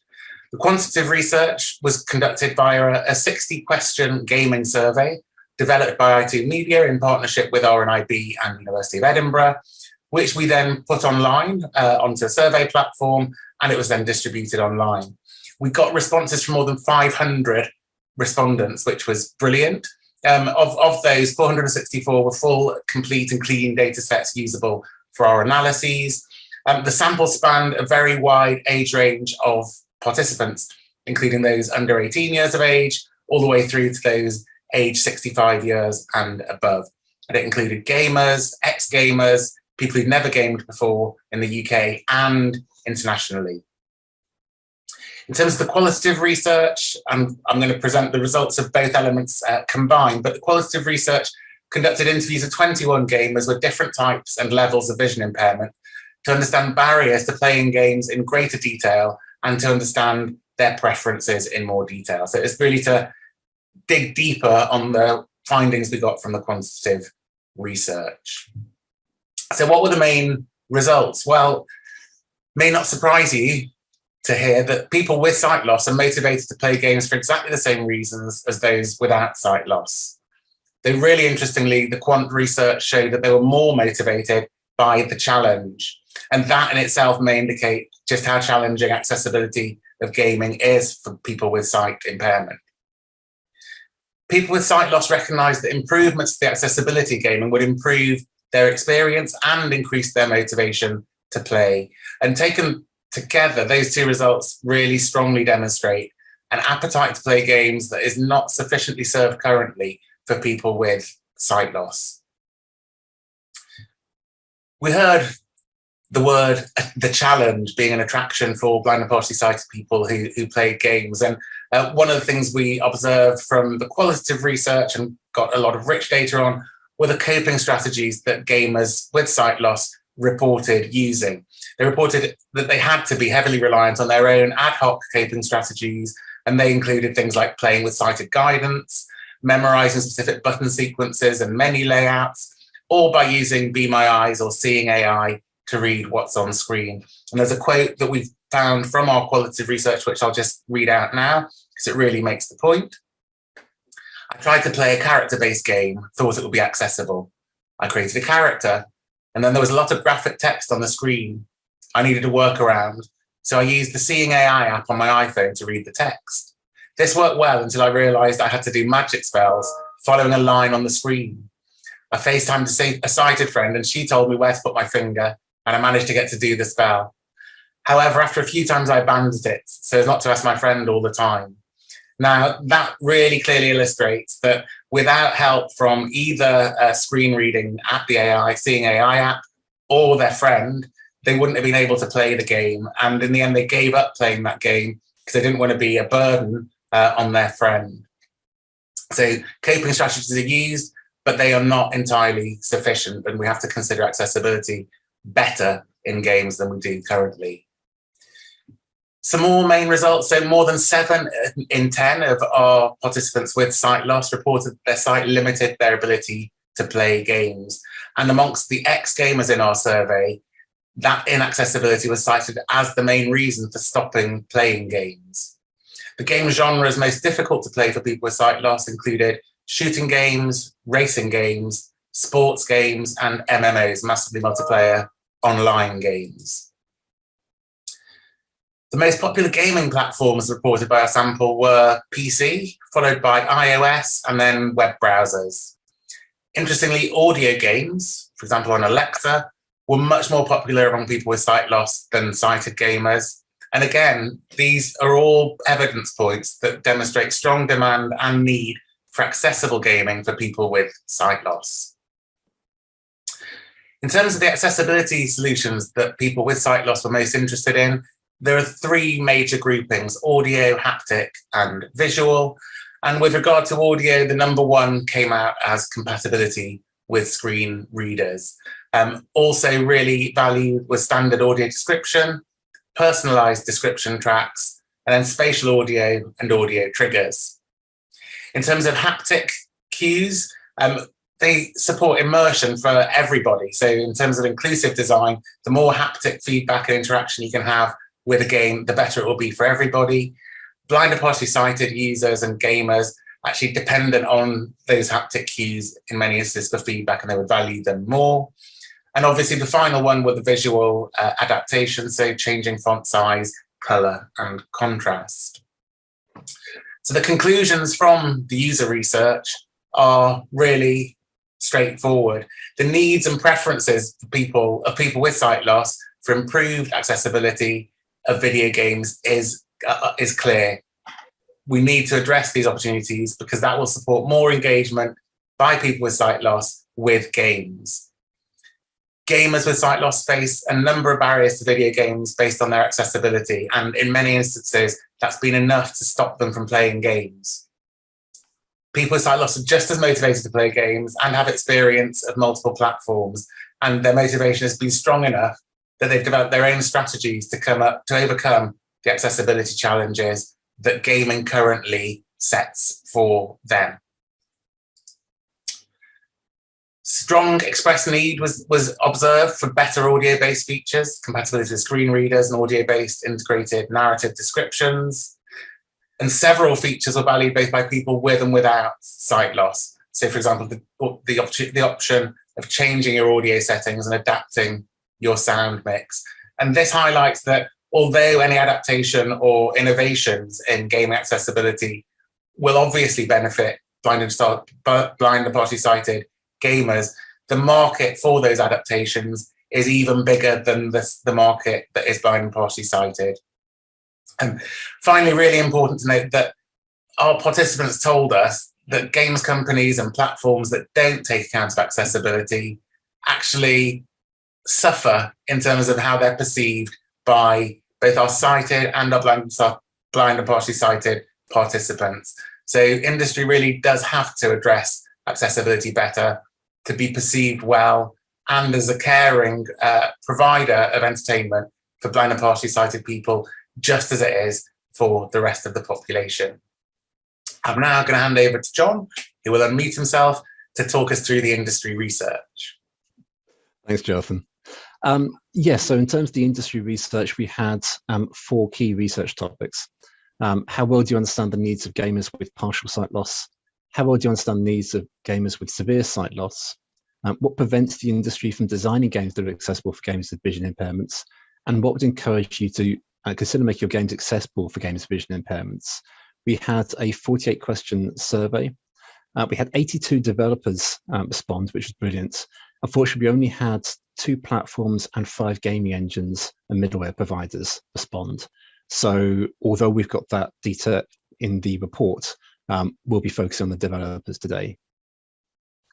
The main results that we found, there was no indication that the size of a studio had any impact on how likely a studio was to consider making the game accessible for gamers who are blind or partially sighted.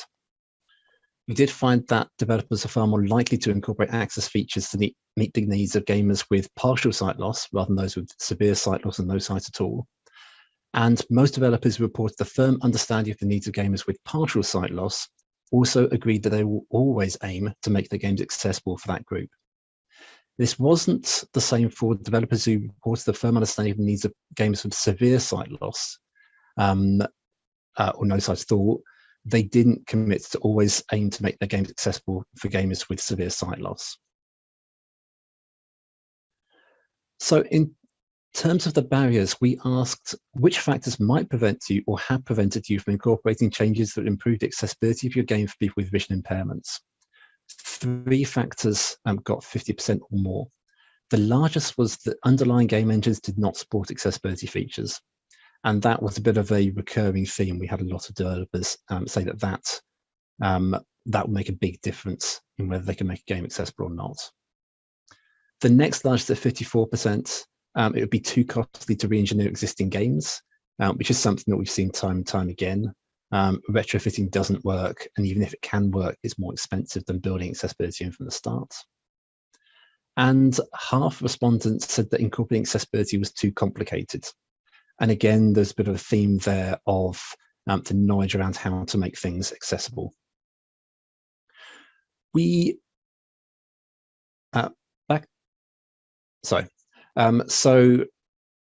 we had 34%, so less than 4 game engines, but 34% said that platforms that support platforms not supporting accessibility features was an issue.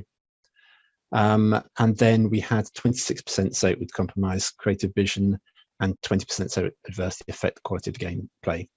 It's good to see that only 12% reckoned that the lack of legal requirements was any factor in the decision to make something accessible or not. So we had a few comments from developers around the barriers. Accessibility is considered early in the planning and design, pre-production phase, but concrete implementations tend to happen later during production. Its development order is often lower priority than many other aspects. And videos are how people use their devices day to day with immersive over-the-shoulder shots, not just flashy features. It takes seeing it to get its importance for developers. And somebody else said that we're lacking government governance at the moment in most countries.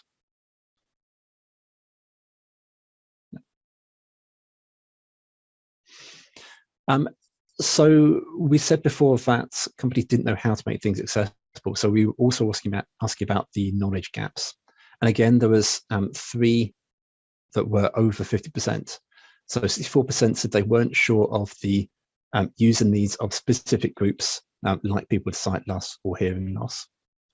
60% said they weren't sure how to prioritize against other game features. And 51% said they weren't sure how to prioritize which groups to consider.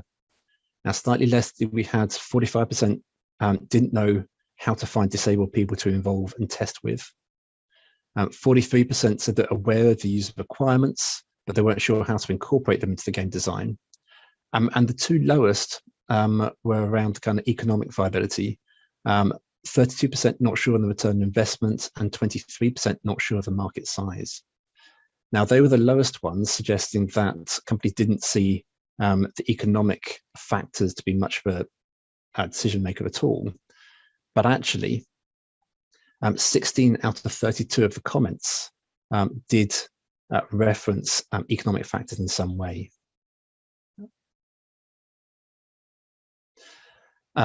So 16 out of 32 comments were linked to these economic considerations, but not all were. Somebody said, personally, it's a matter of knowledge, technical ability, and time and energy that's lacking, instead of any financial or philosophical encouragement. And seeing other indie developers being able to implement more extensive accessibility features on their games. Without it, it looks like a very risky thing to do. So we found there are 4 influencing factors in the level of accessibility the games developers are building in. One was readiness. So that's having the knowledge and the tools available to make something accessible. One was human factors. So that's seeing how accessibility impacts the people that it helps. We did see that there was some economic and policy factors that influenced it, and reputational impact. So a lot of reputation, either with gamers or within the industry. 2 of those, the readiness, so being able to make it accessible, and the human factors seemed slightly more important to the industry than the other 2. So on to the conclusions. So the current state of play, there was no indication that the size of the studio had any impact on how likely they were to consider making the game accessible to gamers with sight loss. But we did find there were greater challenges for making games accessible for people with severe sight loss or no sight at all than for people with partial sight loss. And that was echoed in the features that developers said they've managed to already build into their games. There was a lot more things like customizable subtitles, high contrast font size, than there was integration with screen readers. Challenges and way forwards. So key barriers cited by developers for the inclusion of access features were a lack of game engine support for accessibility features. Accessibility solutions might adversely affect gameplay or creativity. And again, coming back to complexity, it's the third one. And over 70% of developers would like to see sharing of knowledge and technology within the industry, and better resources on accessibility good practice. So obviously playing into that complexity issue.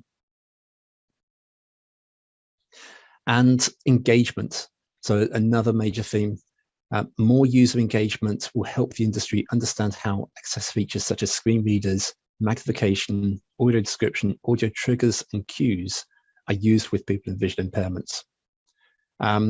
And developers in general expressed a very high level of interest in interacting with end users to understand their requirements, experiences, and user journeys. But as of now, the level of engagement depended on the size of the organization, with larger studios having far more opportunities to make those links. And over to you, Sonali. Thanks, Joan. So I will only share the top 3 recommendations that have emerged from the study today. This is an extensive piece of work, so if anyone would like to explore the findings in detail, please just get in touch. So the first recommendation is about finding the right games to play with the right access features. So the recommendation is, it is essential that blind and partially sighted gamers are better supported in finding accessible games. Accessibility feature tags at the point of sale, which have already been introduced by Microsoft, are a good way to do this, and a widespread adoption of this feature is highly recommended.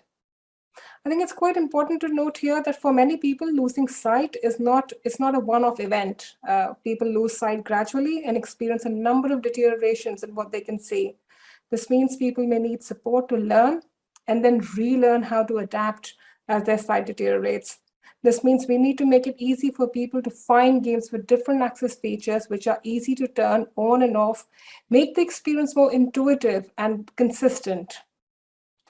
The second recommendation is there is a need for better industry-wide knowledge sharing and collaboration to disseminate and embed best practice in addressing accessibility from the earlier stages of a game's development process. I think this is something that's come out quite strongly from the industry consultation. The industry is aware that it needs to be done at the blueprint stage. You need to bring your consultants in, your users in, to start testing the concepts. There are barriers, however, but those barriers can be addressed. And I think there's a key role here for organizations representing blind and partially sighted people, like the RNIB in the UK and others around the world, and particularly when it comes to engaging blind and partial sight gamers with different levels and types of sight loss. The third recommendation that I'll share today is about user requirements. So requirements that allow gamers with vision impairments to play independently should be addressed as a priority. Playing independently is the key word here. So these include full integration with screen readers, a customizable UI, customizable user interface, and audio description, or an alternative in the form of integrated narrative descriptions, adaptable sound mixes, and audio settings. Now, these solutions must be embedded consistently and interoperable through the tech stack. Now, in addition to these, there were a few research recommendations for further research, and for that, I'll hand you back to Jonathan.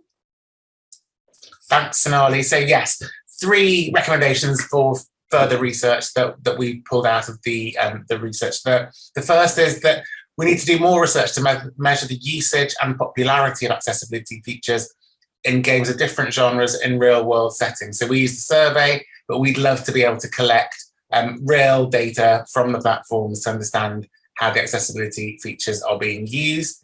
The second is we need to understand better the economic impact of including more accessibility features. So you heard John talk about economic considerations featuring in 16 of the 32 industry interviews, industry responses. And we really need solid data to assess the market size of blind and partially sighted gamers and their willingness to pay for different games, and therefore the potential return on investment. This exercise really would help to improve industry confidence in including accessibility features in more games as standard. And the third is kind of a techie one, so John probably better placed than me to talk about it, but we really need to understand the different middleware considerations and interdependencies of accessibility within the tech stack. And you'll see that we've actually put a tick there because it's great to see that this is actually already underway in some of the case studies that the industry research has looked at. Over to you, Sonali. Okay, that brings us to the end of the research session. So thank you very much for your time. I'd like to thank Ian Hamilton and the rest of the GA conference organizers for inviting us to speak at this conference. It is a privilege to join such a fantastic lineup of speakers. I'm always impressed with GaConf. I think this is my probably the 3rd conference. I hope this presentation was useful, helpful, some useful data there. Do email us should you wish to explore the results in more detail. Our email address is gaming@rnib.org.uk. And thanks again for your time and enjoy the rest of your conference. Bye-bye. Bye.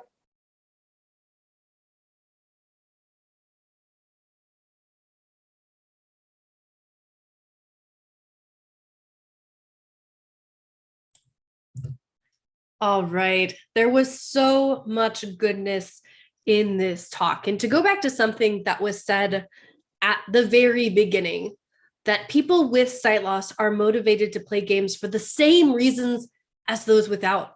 And this being key here, they are more motivated by the challenge than other groups. And one of the biggest things that this talk really, really highlighted is that our blind and low vision gamers are an underserved community. And, there is a lot that needs to happen to solve this.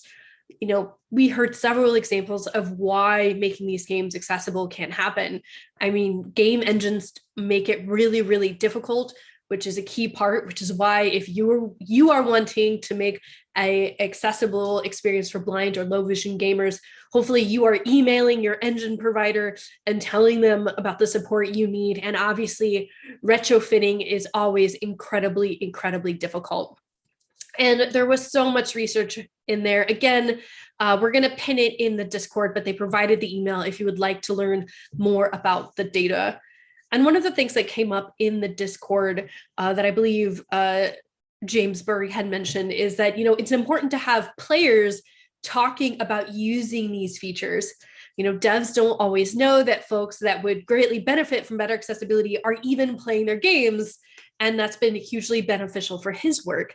Well, if you're wanting to know more very specifically about low vision gamers, we are going to be having the panel Falling with Style later during the conference, which will address just this.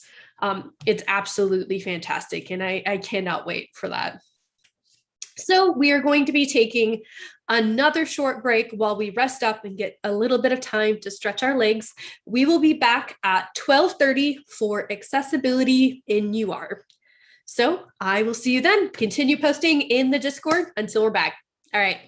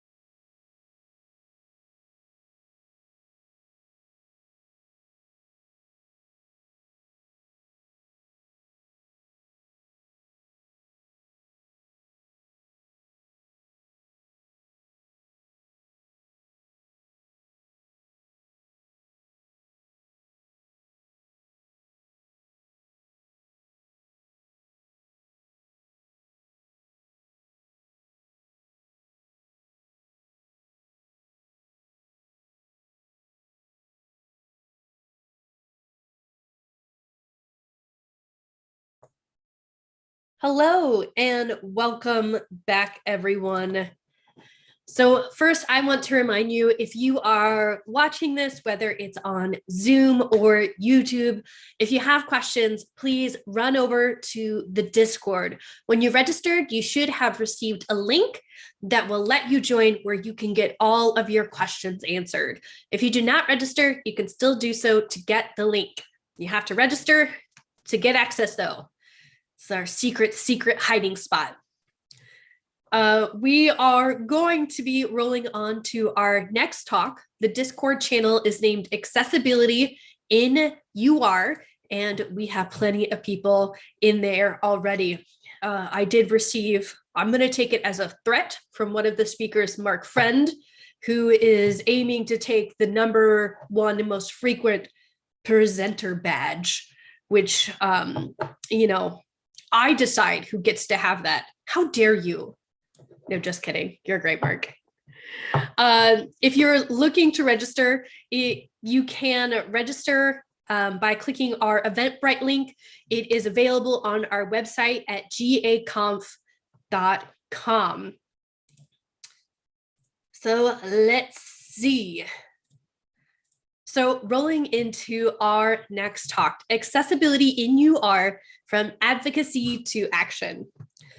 Planning, running, and advocating for accessibility research comes with numerous challenges, no matter how big the studio, from indie to AAA. This panel are going to be sharing stories from their collective experience working in user research and accessibility while providing insight into the best practices and solutions they've all learned on the way. So I'm going to go ahead and kick it off. Thanks.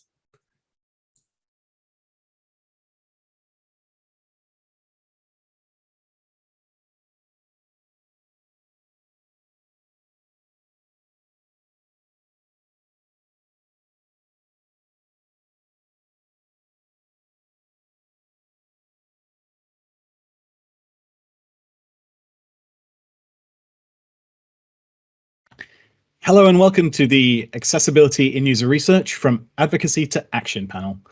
Today we'll be talking about the challenges we've encountered and best practices that we've discovered when it comes to planning, running, and advocating for accessibility research. I'm Mark Friend. I'm a lead user researcher and the accessibility lead at PlayStation Studios, and my pronouns are he, him. I'm a white male in my mid-30s with short brown hair that's square at the side, a short beard, very blue eyes, and I'm wearing a navy blue hoodie today. Hi, I'm Nika. I'm the user research manager at Team 17, and I also look after accessibility. My pronouns are she, they. I am a white female with dyed silver hair, really extravagant eye makeup. And yeah, that's me. Okay, hi, I'm Pierre-Antoine. I'm a user researcher at Ubisoft. My pronouns are he, him.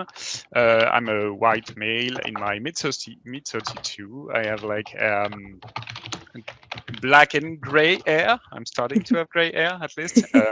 A small beard. I wear glasses. I have a headset today and a gray t-shirt.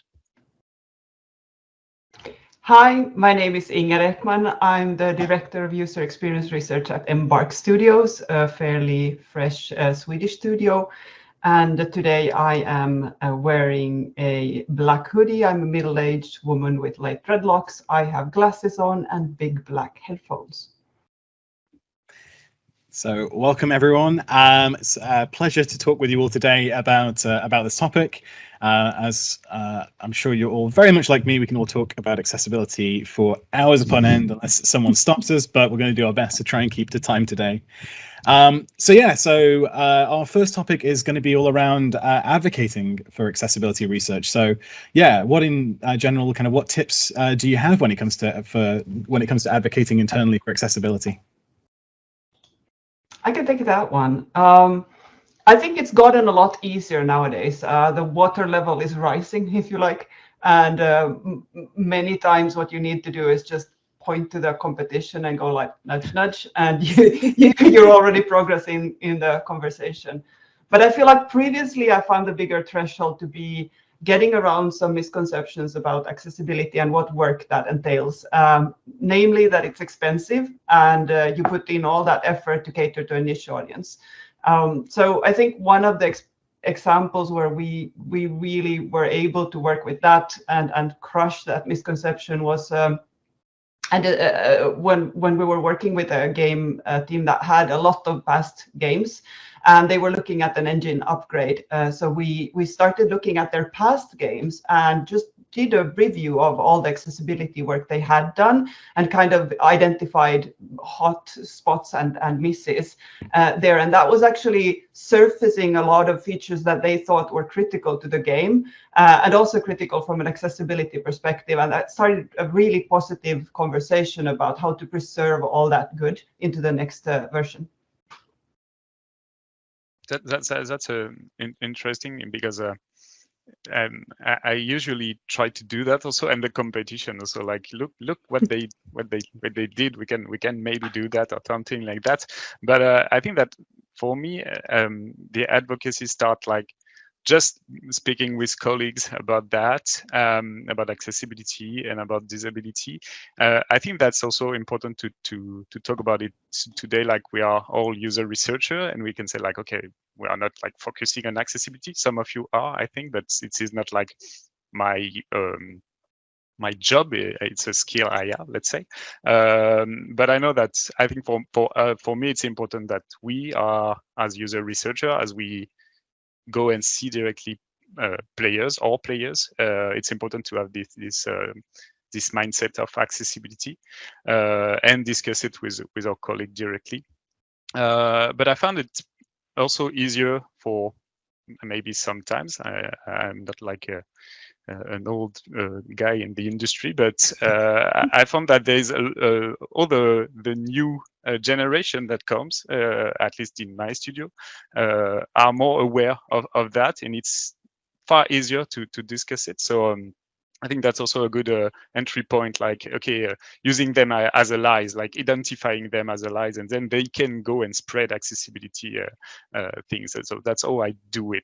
Let's say just identify people and then try to spread. So for us, I kind of find like advocating for accessibility was fairly easy for me in Team 17. Something similar to what, you know, both Inga and Pierre have done is where we've looked at the competition, and obviously we're an indie studio. So my plan of attack was there is absolutely no reason why we can't be up there with the AAAs for accessibility. Like, why not? You know, yeah, we're an indie studio, but why not have those, like, you know, AAA dreams of like, you know, we can do this just as good. So we had to start somewhere. So yeah, I've been banging on in Team 17 about accessibility pretty much since I joined. Yeah, it's something that I really firmly believe in.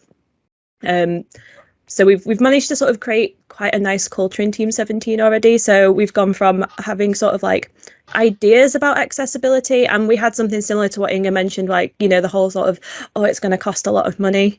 The way we've sort of approached it is it doesn't have to be all or nothing. Like, any accessibility is, you know, useful. It's better than none. So it's just pushing for, okay, well, what can we do just to add a little bit, even if it's not like fully accessible. And do you know what? I can't wait for the day to see a game where it is fully accessible by everyone. But I'm pretty sure that's not going to come in my lifetime. But fingers crossed. But, you know, we can just make, you know, little changes that will mean so much to at least one person, and that's what it's about. So that's sort of like how we're approaching it. And it's the point now where we're actually setting up like a cross-departmental team that looks at accessibility from obviously all our different areas. So we will have, you know, members of user research in there. We've got QA in there. We've got design. We've got UX UI in there. And so, like, you know, we're all trying to come together as like almost like a task force to start to push for accessibility from every sort of department. So it's not just one department just sort of banging the drum. We're now sort of getting it out there into all the other ones as well, because I think it's just so important to get as many people on board as possible. So that's our plan of attack. Yeah, it's funny you the kind of the topic of kind of talking about what other folks in the industry are doing when it comes to accessibility. It seems to be a very prominent theme with kind of helping to kind of advocate it for your own kind of studio.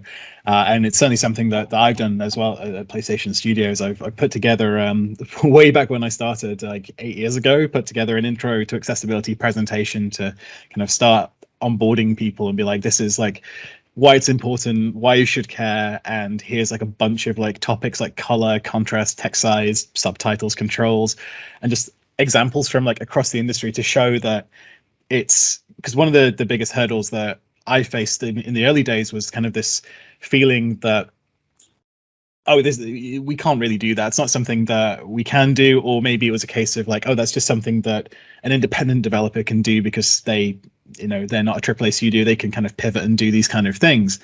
But kind of gradually, that presentation has evolved more and more from kind of, here's some cool stuff that indie studios are doing, to here's amazing things that your like AAA competitors are doing, to even as I was giving it a bit of a refresh the other day, to like, here's all the cool stuff PlayStation Studios is doing. So having that level of maturity now means that we can kind of start sharing these successes from our studios with other studios and kind of helping bring everyone up to the same level.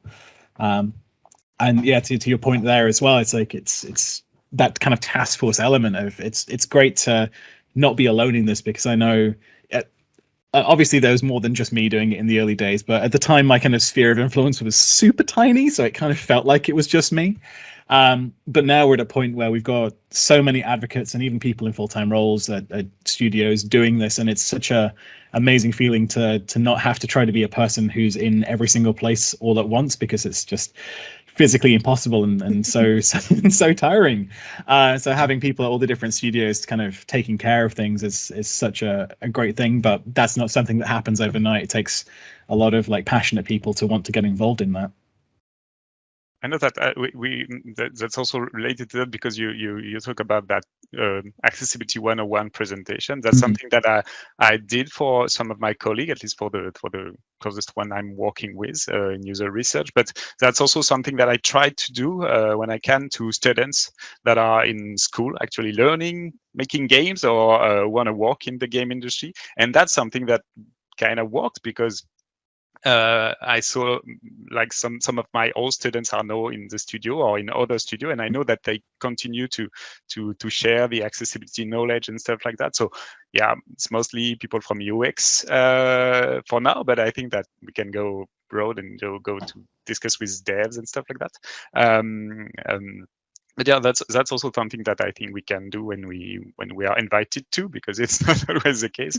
Going to school, to studio in France, we have like some video game school that have some accessibility content in them, and I think that's also important to take part in that.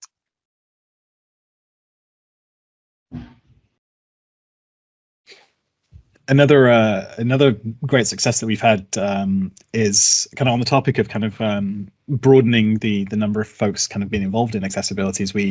We host for PlayStation Studios a fortnightly accessibility meeting. So we actually get all of the kind of advocates and champions and people in accessibility roles together to kind of share kind of what's been going on, what challenges they're facing, what solutions they've been coming up with for their own games, and things like that have been. It's certainly the highlight of my week when that meeting rolls around, and we've been doing it for almost a year now. It initially started as just a monthly meeting, but we had so many topics we wanted to cover, we actually moved it to every 2 weeks. But it's been really great to kind of have that consistent attendance and be this kind of point where everyone can kind of get together and share ideas, because we've done that with kind of advocating more broadly across kind of both PlayStation Studios and SIEs. We have an employee network, which I'm co-president of right now, but we'll be moving to president in a couple of weeks' time. And that's kind of advocating accessibility for our employees, which is it's a whole different topic we could cover as well. But yeah, it's great to kind of have those meetings and get-togethers to kind of bring everyone involved. And yeah, I find kind of being in a position where we can share ideas easily is actually really instrumental in pushing accessibility. I think it's a really important thing what you mentioned is creating those platforms, because I think there's a lot of people who have a lot of accessibility expertise through their own how they play games through family, through friends, and it's tapping into that network that you actually find that there's a lot of people already who are sitting on this knowledge. They haven't necessarily been in a role where that's been enabled, but now you're creating a platform where they can bring that knowledge to use, and they can help do the advocacy also alongside you. It's so powerful. That's also something that I don't know if you have that in your different studios, but some knowledge sharing, like Mark, you have this some meeting, but I don't know if you also Nika or Inga have like I don't know, space or meeting or space, like we have that. We have some online e-learning courses at Ubisoft about accessibility, not only done by accessibility people, by the way, so that's great. I don't know if you have this kind of stuff too, but I think that helps a lot. I share that always, like, okay, I think that your font is not that good. You can read that, and it might help. Yeah, so we're go ahead. Just going to say, even if you don't have that knowledge available as a kind of internal resource, there is so much available online. So even just curating a link list is going to help you a long way. Yes, true. Yeah, so we look at, like, obviously there's some amazing like guidelines out there already, obviously because we're much smaller, so we do try and create our own as well that are tailored to sort of like the indie developer style and the indie budget as well. So we're like, okay, what is the most accessible we can be for what we've got to work with, which I think is obviously, because at the end of the day we make games, so there has to be a balance. And as much as I would absolutely love to make the game fully accessible every time, I think my producers would probably, like, their eyes would start watering the amount of time that it'd have to be spent in development. So I like to sort of like see how much we can push in there for as little as possible. So, but we are starting to sort of like create this like knowledge base, and we're starting to, that's why we set up those like sort of cross-departmental groups, because loads of different people have loads of different experiences, and especially like our QA department, they know that game inside out. Like, they are such a wealth of knowledge, especially for like accessibility issues. Like, it's amazing. So like they're probably like one of my first points of call for any sort of issues in the game. I will go and talk to them because they know it. So yeah, there's such a fantastic resource, because I've made the point a few times, is that for user researchers, we kind of tend to see a sliver of a game at a time. It might just be like one level, or even if we do like a full like week-long test trying to go through as much content as possible, we're still not going to see everything. But yeah, for QA to kind of have that such rigorous look at the game, they can catch so many more things, and there's such a fantastic resource. So yeah, anyone who has access to QA, they're brilliant people to involve in accessibility. Cool. Did anyone have any final thoughts on advocacy, or should we move on to topic number 2?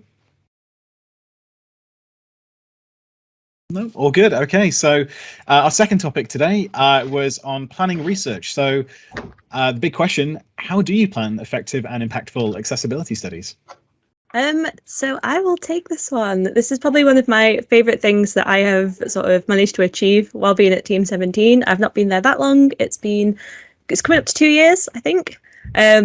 But we've made some sort of like massive improvements in that short space of time. So the first thing that I did was I overhauled our standard user research process, and I embedded accessibility testing within that, because I don't necessarily believe the two should be separate. They're both the same, two sides of the same coin. If it's not accessible, it's not usable. Is how I like got it across to people. Like, if it's not accessible to them, then they can't use it. So we need to start really thinking about it. So every single usability test we do in Team 17 includes players that have either declared a random access need or have declared a disability, and we essentially pick them at random. So it could be any combination that we get. The reason why I like to keep it sort of randomized quite a lot of the time is so that we can never plan for it. So I have found in like previous roles when we've done accessibility testing, and it has been separated, that when you tell like developers, oh, we're going to be testing for, you know, visual accessibility, that next build will have all of the visual accessibility you could possibly want, but all of the other gets missed off. So it's almost like I like to keep developers on their toes a little bit, and I like to keep us on our toes as well, because, you know, there might be things that we've missed. With the best will in the world, even if, you know, we've done an expert review on it and we've gone, okay, I think that we know roughly what players are going to encounter. There might be things that we've not thought about. So that is one of like my biggest things. I like to sort of merge the two together, but obviously then there are times when we will separate that out as well, and we will look at, you know, specific disability categories. So maybe we want to sort of improve the visual accessibility of our games. So then, you know, we'll go and we'll reach out to a bunch of players and say, hey, do you want to come play some games with us for a bit and just chat to us while you're playing about, you know, what's working for you, what's not. So we like to keep it almost like fairly informal, because I find that, you know, people relax more if you can just sort of have a chat to them. So that's sort of like the way we do it. We're a little bit rough and ready in Team 17, but it works really well. So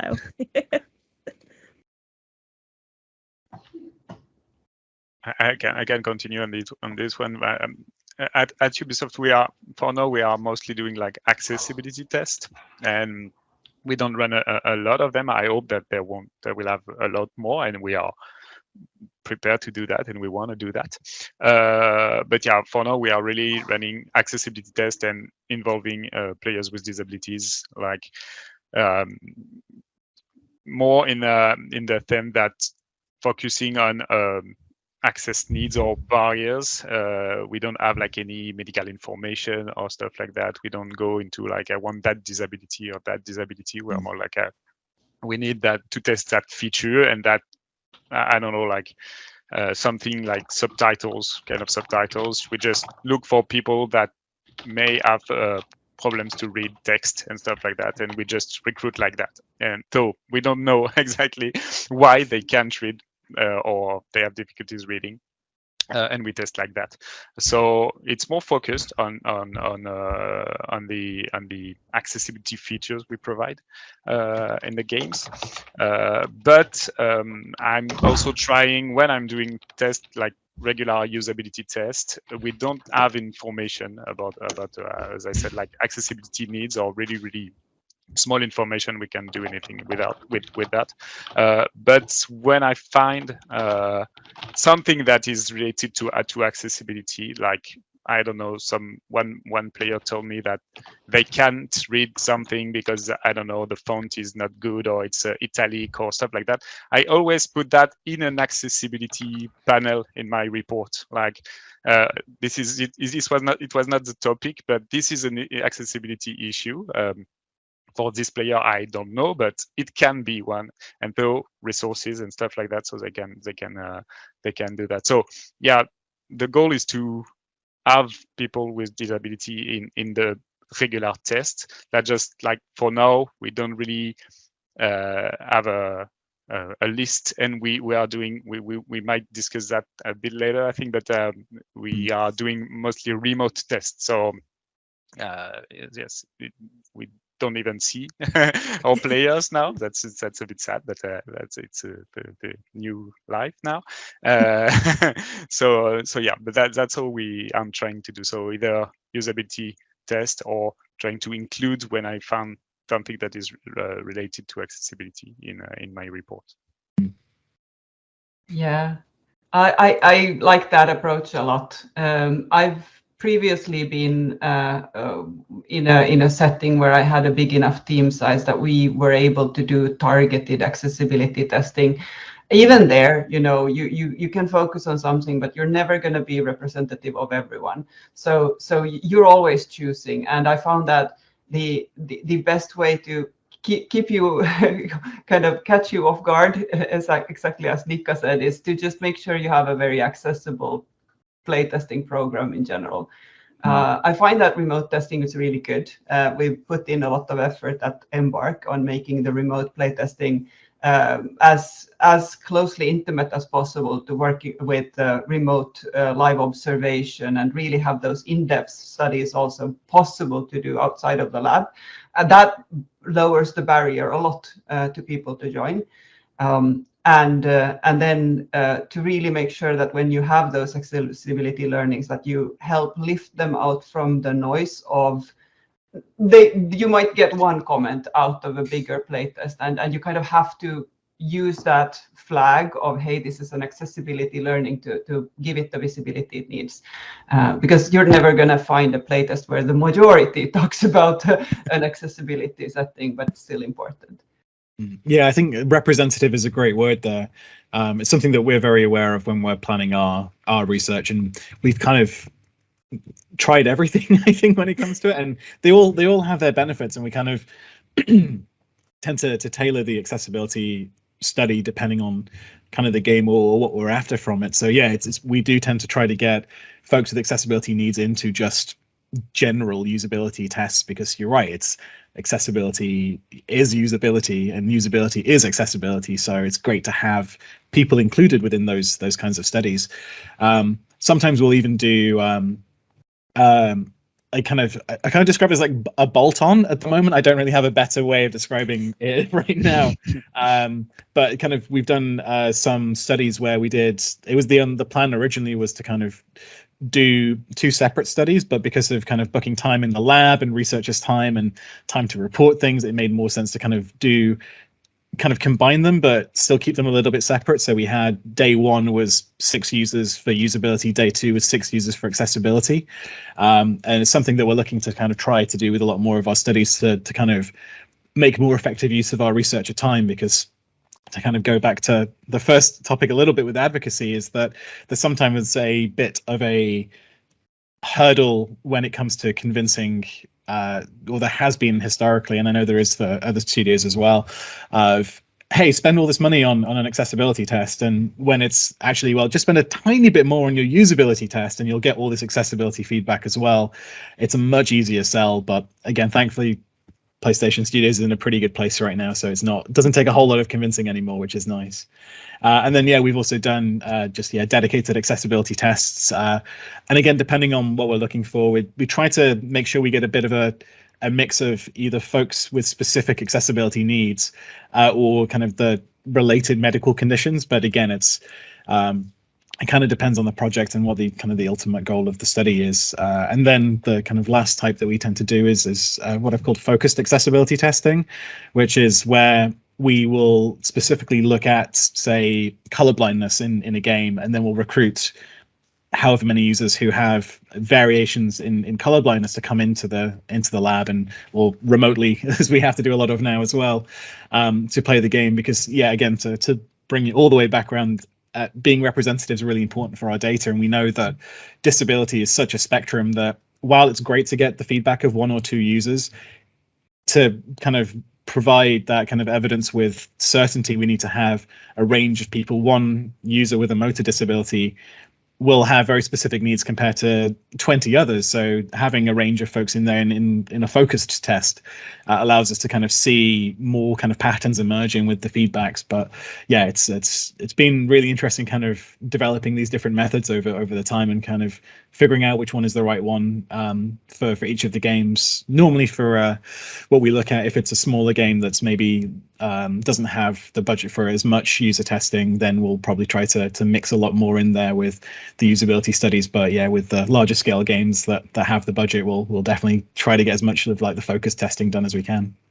And I think that's also a good opportunity for the advocacy to the dev. I have we did some accessibility test for Far Cry 6, and at first the team, I think that they asked us for like 100 players with disabilities, every kind of disabilities, this kind of request. So we had to sit down and say like, okay, so it won't be possible for many reasons, but first recruiting 100 person is hard at first, but also if you want, you can't have like every disability, or the spectrum is too broad. So that's the time to actually tell them about that. And maybe go more and focus into the social model of disability and stuff like that. Like, okay, this is how we will do that, and that's where I present them to. I will look at people that maybe can't use or can only use a gamepad with one hand. We don't care why, but we want players who can just play with one hand, and we'll see what happens. And yeah, so it's also important, I think, that at that time, when you are preparing for the test, to take that time with people that are requesting tests to say, okay, so, and that's also the good opportunity. And I think that's why it's related to that advocacy part, like to say, okay, that worked well, so maybe we can focus on that, either on that, because we know that works well. We can do like expert review, or because we also have a lot of other resources, and there is now a lot of people testing, evaluating accessibility. I think of Can I Play That, for example. So that's also valuable information. So like for Far Cry, previous Far Cry had test, and we know that subtitles are good. So maybe we can focus on something else because of budget and stuff like that. So yeah, that works well. Discussing with Dev, they actually, for me, they understood pretty well why we won't be recruiting 100 people. But yeah, it was also a cool place, a cool way of continuing doing advocacy. And no, I'm sure they won't ask 100% anymore. So it's a win. Yeah, I want to chime in with one more note, which is sometimes you also, I mean, you want to test as early as possible, but I feel like there's, in the very early prototyping phases, there's a lot of boundaries that aren't intended in the final product. So there's a lot of settings that you would like to try to push for very early to get them into the game. And it could be like basic, just template colorblind solutions. It could be control remapping, huge thing. If you can add good control remapping in the beginning, then you're already opening up for a lot of testing that you can continue making better, but at least you're not blocked from testing. Font sizes, and then good debug tools to get people past blockers. And if you can kind of set the basic expectation list as early as possible in development, then you can start those testings pretty early. Otherwise, you have to start screening to make sure that you're not inviting people who will then put up the game and suddenly realize that they can't play, because that's a really nasty experience. Yeah. We do something where when we do invite players, we have so on the invite that they get, they will receive a list of like the accessibility things that we know are already in the game. So it'll be like, hey, yeah, you can resize the UI, you can resize the text, controller remapping is in here already. But then we will also put in like, but these features that we know are an accessibility issue aren't available yet. If this is going to like prevent you from, taking part in this test, let us know. And obviously, because we don't want them to miss out, we'll say, hey, we'll find you a different game. We'll, put you on a different test that you can take part in, because, it's not, because sometimes like getting picked for a test is a bit like a lottery, and I would hate for these players to like miss out on the chance to do that. So, but obviously I still need to get some good data. So I'd hate for them to turn up and then, like you said, then they can't play through no fault of their own. It's just that the game hasn't developed enough to allow them to play yet. So we just include that on our sort of invite emails. So we will give them a list of, hey, these are all the features like accessibility wise that are in here. We also include a lot of like social accessibility stuff as well. So it's like phobias. So I will include phobias on that because I think that's like a super important thing. So like obviously things like arachnophobia, like I will mention that on there. And if there's no arachnophobic like mode, I will put that on there because the last thing I want is to, traumatize players. And I always think that that's like an interesting bit of accessibility that's not typically talked about a lot, is like social accessibility, is this game like culturally accessible to people? Is it, accessible for people with phobias and things like that? I mean, I've been caught out by one of our own games that had something in it that I was absolutely petrified of. I didn't realize until I got to it, and I was just like, oh, no. So I could not put a player through that. So like, yeah, we tend to just sort of like be pretty upfront with our players to tell them like, hey, this is what you can and can't do yet. If this is gonna like impact you, get in touch, and we'll make sure we can get something that does work. Yeah, I think that's just a general call out for the industry to use fewer spiders, because as an arachnophobe myself, it's always spiders. It's every day.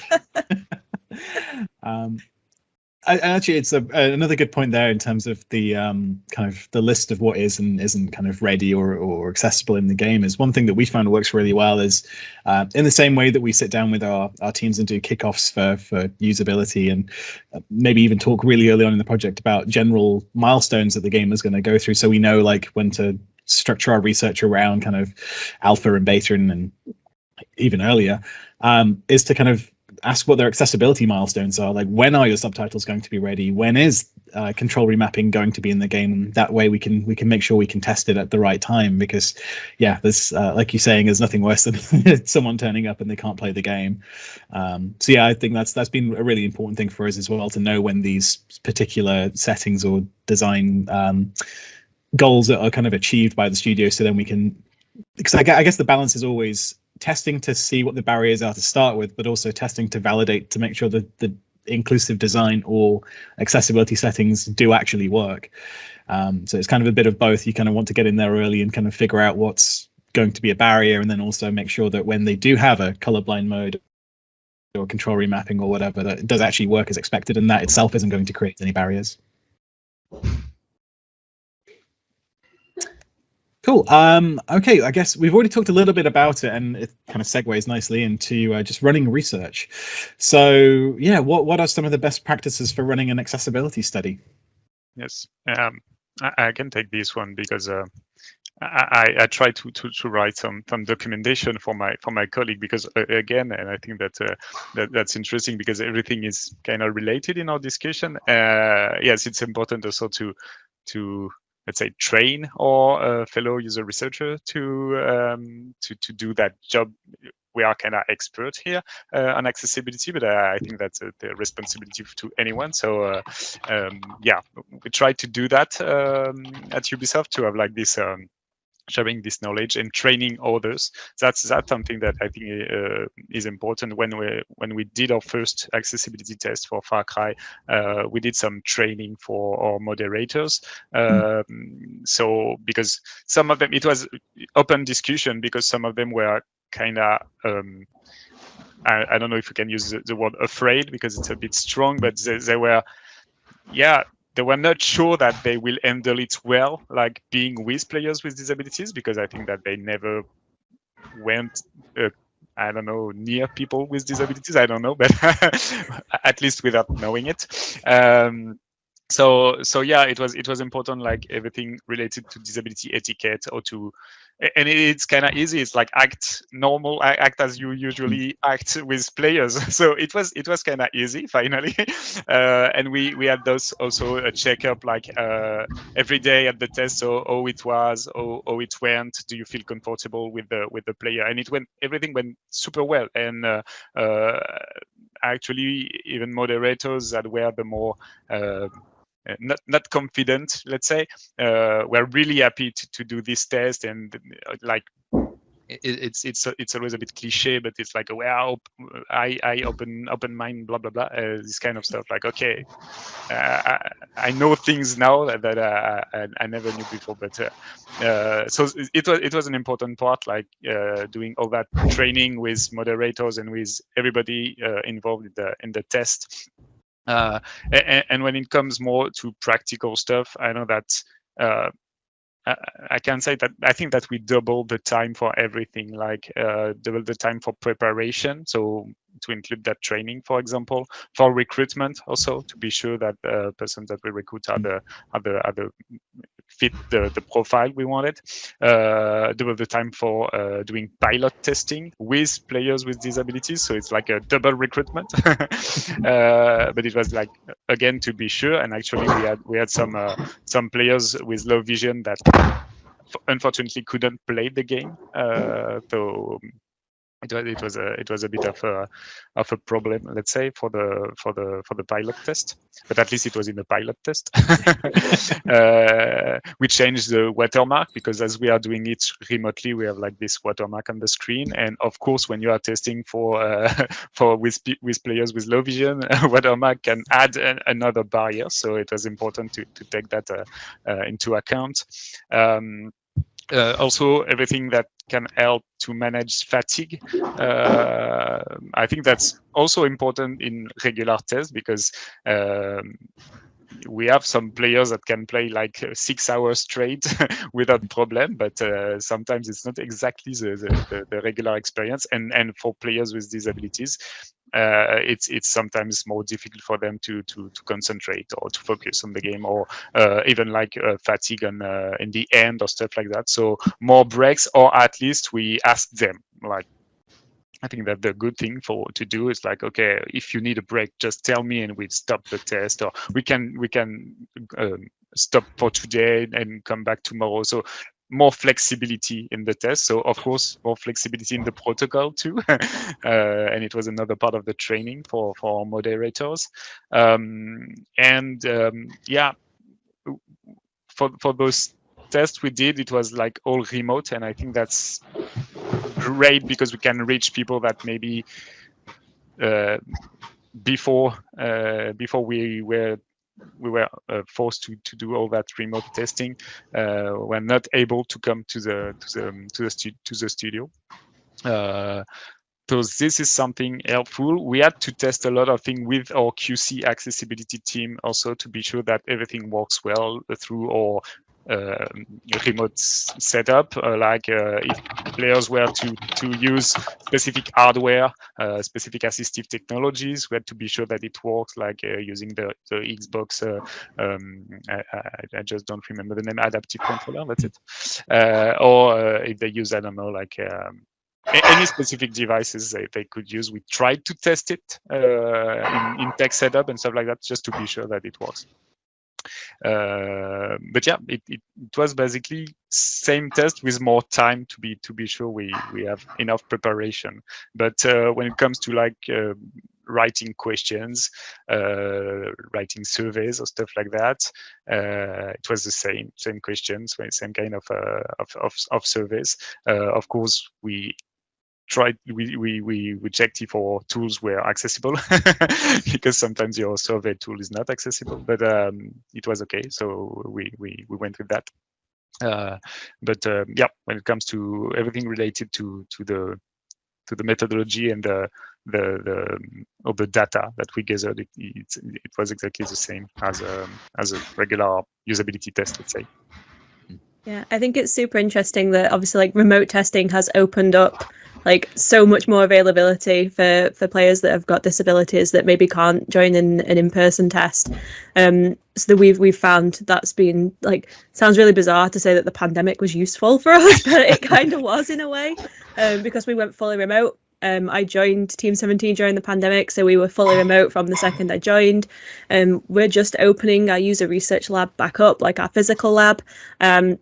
But we're super fortunate that the lab is, like our physical one, is also built with accessibility in mind. So it's on the ground floor. We have accessible toilets nearby. The doors to get to the lab are all double doors as well. We've even got like a ramp up to the building as well, but it's just like a small curb ramp. So like we're really fortunate that like the entire building is sort of accessible like in mind. And this year I'm sort of doing a full lab kit refresh, so I've essentially ripped out everything that was in our lab, and we're refitting it, but we're refitting it with sort of accessibility in mind as well. So we're sort of reorganizing the space to make it, more friendly to move around, and we're also trying to add in some more like, assistive technology, because just simple things, even if it's to just help some players. So I know as part of my like budget, I have put in for one of the T hearing aid relay loops. There we go. if I can speak. So we put in for one of those, because obviously if we have players in that need them, and they need sort of the extra help, and they weren't that expensive. So we put part of our budget to just add in some accessibility features into our in-person lab as well. just, you know, so we can start inviting players into it, and we're not going to sit there and worry like, oh, you know, are these players not going to be able to come and join us because we've unintentionally put a barrier in the way. So we're always looking at, like, you know, in Team 17, what can we do to just be that little bit extra, you know, because we are indie, we are little, but, you know, we want to be able to say, hey, we want to be the best, you know, indie dev in terms of accessibility. Like, we want to take on these giants. Like, there's absolutely no reason why we can't. So it was super nice when, like, my researchers volunteered to take a British Sign Language course as well, even so we could just learn some basics. And that doesn't just help with our physical lab as well, that helps obviously because we are remote, and when we do test with players that have, you know, audio disabilities, some of them, you know, like, so we ask them, you know, what is your preferred method of communication with it being remote? Some will say, hey, I just want to type because it's easier for me to just read it. Some will obviously ask for the webcam so they can lip read. So we are sort of like on the journey to also trying to learn a little bit of like BSL as well. Just any little thing we can do to sort of like make them feel more comfortable. And obviously just to help out. So yeah, I like the fact that, you know, remote has opened up so much more opportunity for people. But I think that when we do start to move back into physical labs, we need to be aware that, hey, they need to be accessible too. We can't just forget about it because we're not remote anymore, it's fine. Like, we need to make sure that, like, you know, it doesn't get forgotten and that we bring accessibility into our physical labs too. So yeah. Go ahead. So go ahead. No, you go. I was just going to say, yeah, I really love the fact that with the remote setup is that people can be in their home environment where not only they may be more comfortable, but also they have their own setup, they have their own devices, they have everything connected, they have things the way they want, and that can really be a benefit rather than coming into a lab where it's kind of removed from all of that. And again, yeah, particularly like not having to, because our office is just off Oxford Street, so we're central London, and that can be kind of tricky to get to. And not only that, but yeah, just broadening the potential pool of participants to everybody, really, rather than just whoever's in travel distance is such an amazing opportunity. But the downside of that is just we have to not only think about not only like the extra days that you talked about, Pierre, with like the making sure that they have, you know, if they're having a bad day, that we've got more time for them to still do the amount of content that we want, because not everyone, like you say, can play for 6 hours straight, even though in our experience a lot of them are passionate enough and able to do that anyway. It's been, again, a really great thing to kind of smash our preconceptions, but also it's just the downside is things like the internet connection is our biggest enemy. Is having to recruit people based on their internet speed is a weird thing that I didn't think we'd ever have to do. But yeah, we have to like have similar to the pilot test that you brought up, essentially do a pilot test where we're testing their internet connection. Can they stream the content? Do they have a good enough connection to do video with us or audio with us? All those things really have to be taken into account as well. And just those kind of extra layers that, again, we wouldn't have necessarily thought about until we were kind of forced by the pandemic to start thinking about remote solutions.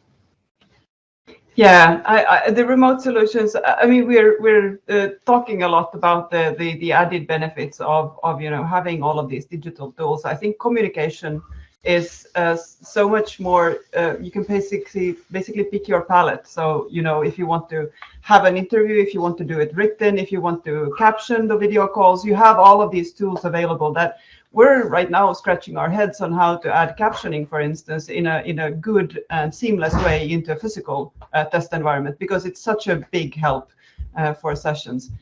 I also work a lot with multiplayer, so I want to call out the fact that when you have a mixed group, it's really nice to not have to out your disabled participants and allow them that back channel of, providing feedback, communicating with you in any means that they find convenient without having to make the group aware of that. And that was pretty difficult sometimes when we had a player who maybe needed some help note-taking or things like that in a lab. They would stand out socially in that crew, and this is something that we've entirely been able to avoid with our sessions online.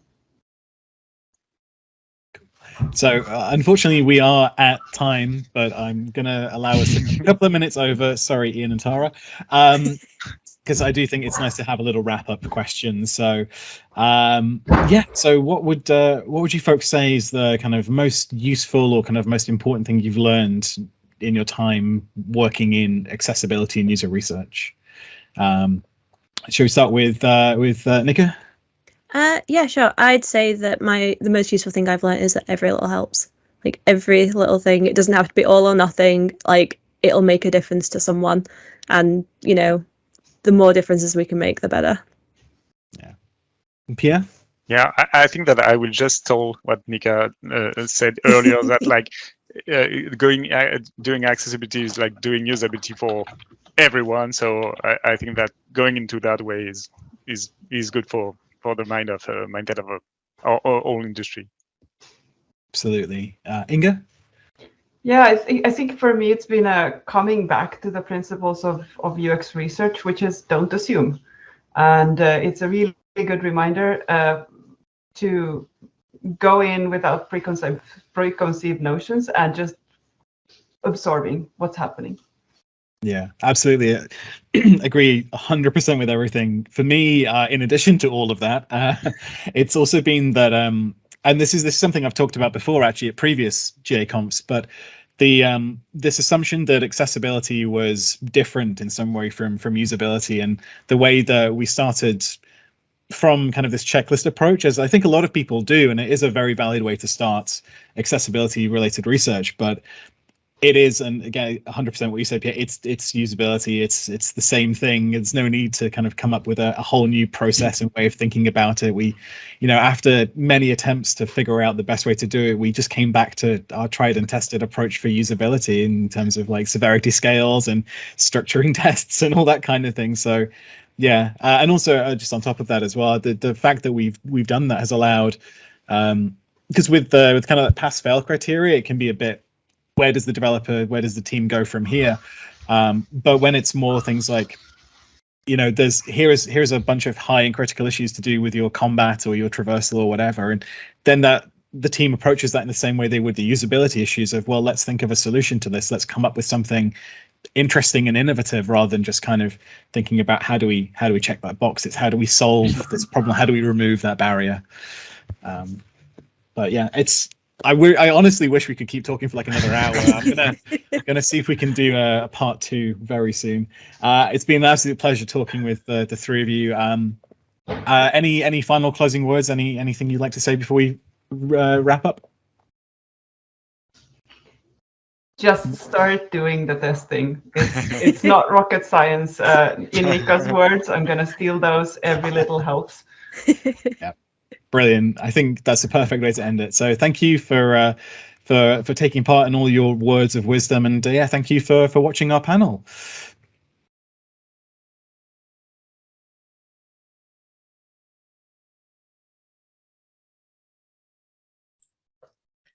I first want to call out that Mark knowingly broke the rules and led the panel astray, and over time, look, you're not going to get to have the title of most frequent speaker that isn't Tara or Ian if you're a rule breaker. Do we seem like the kind of conference that condones rule breaking? I don't fucking think so. Just kidding. Mark knows I love him. Also, he was so aware of how much tea he drank. I wouldn't have even noticed how much tea you were drinking, Mark, if you hadn't posted in the chat. And I'm drinking tea. All right, so about that panel. So first off, I heard that Pierre-Antoine's students may be watching, which is good. I hope you were, because he didn't tell you, but there's actually going to be a 10-page paper due on this very topic tomorrow. So I hope you took notes. Just kidding. It's just a pop quiz. But I absolutely love one of the big themes that came out of here, that accessibility and usability, it's the two sides of the same coin. If it's not accessible, it's not usable. And when you're doing, oh, hi, Leon. It's my cat. come on. You say hi? Come on. This is Leon. Anyway, as Ian had put in the chat, love this about the mix of studies with focused accessibility research objectives and including disabled participants and other regular research too. It's pretty great. And I also love, there's just a lot of honesty about sometimes you've got to use whatever tools you can do to make it work. I mean, for me at Xbox, we end up changing different platforms just based on who it is, because not everything works equally well for everyone. But again, also I love talking about both validating your work and making sure your accessibility fixes are doing what they're supposed to do, but as well as finding the barriers you need to fix. I would highlight more, but Mark tried to cut into our lunch break.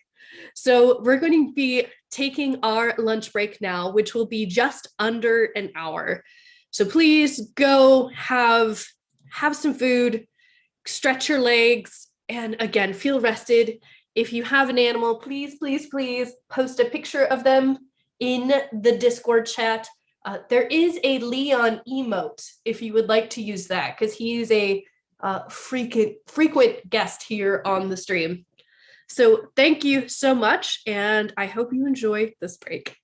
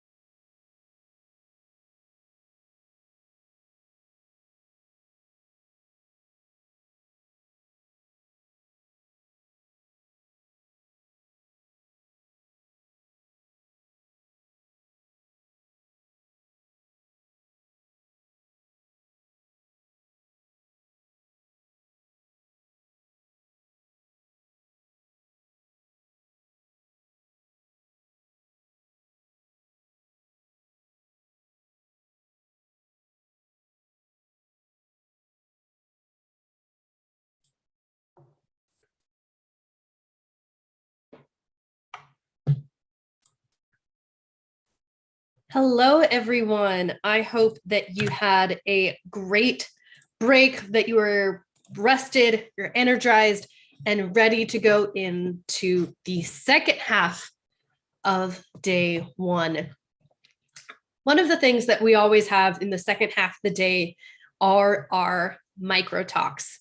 These micro talks are a series of 15-minute talks that will do a quick yet thorough dive into a specific topic. And I've always absolutely loved these. Some of our best talks have been micro talks. So we're going to have 4 in a row, and they're each about 15 minutes long. So the next up, we have gaming with a severe progressive muscle disease. And this is really an accessible gaming adventure from the Netherlands. Please note that this talk has been slightly edited with a voiceover to make it more accessible to our blind and low vision participants in just a small section. So, please forgive me for my hasty voiceover that I added in. All right, so let's kick off the afternoon.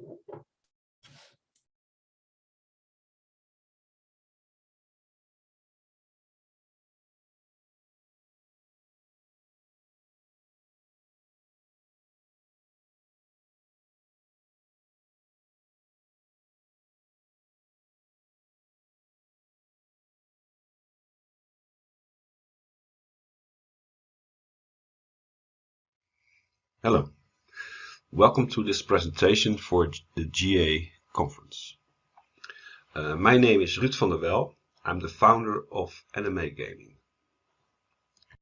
And these are my colleagues, Nikki, Sylvie and Peter. First, I want to give you a brief introduction of my work. It starts with music.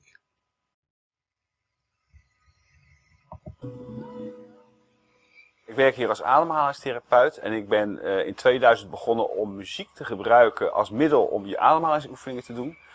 En omdat er bepaalde instrumenten niet bestonden daarvoor, zijn we dat ook. My apologies. That is the wrong one. That does not have the voiceover. I edited both versions because I didn't know which we were going to use, and then I chose the wrong one. Oops. Okay, let me try this again. Look, I was literally just saying that I needed to get an energy drink.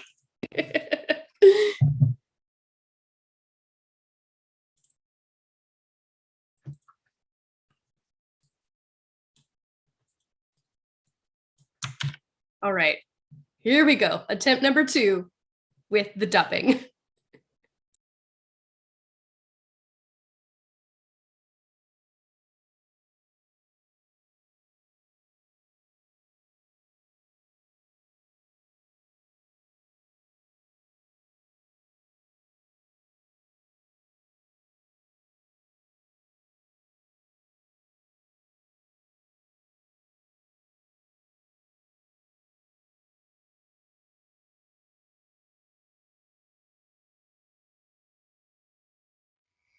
Hello, welcome to this presentation for the GA conference. My name is Ruud van der Wel. I'm the founder of Anime Gaming. And these are my colleagues, Nikki, Sylvie and Peter. First, I want to give you a brief introduction of my work. It starts with music.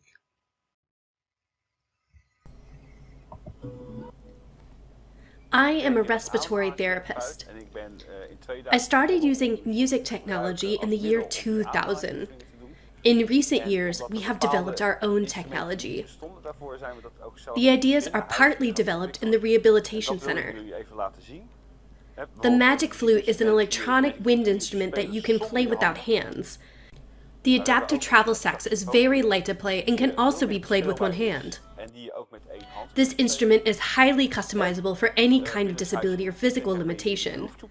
Groove Tube breather exerciser hardware. You can connect the Groove Tube wirelessly to an iPad. This is the app Groovy the Dragon. So far, we've developed 9 different apps.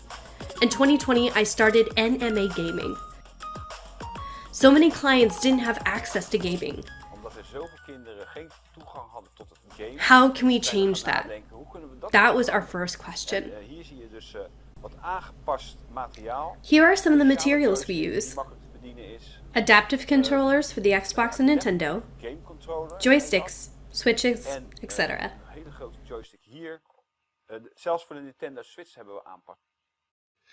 We also have a think tank. These are volunteers. Mostly we have contact using a WhatsApp group we have, and sometimes we organize webinars. And if we give a workshop, some of the members of the think tank are coming over to help. Most important are the gamers.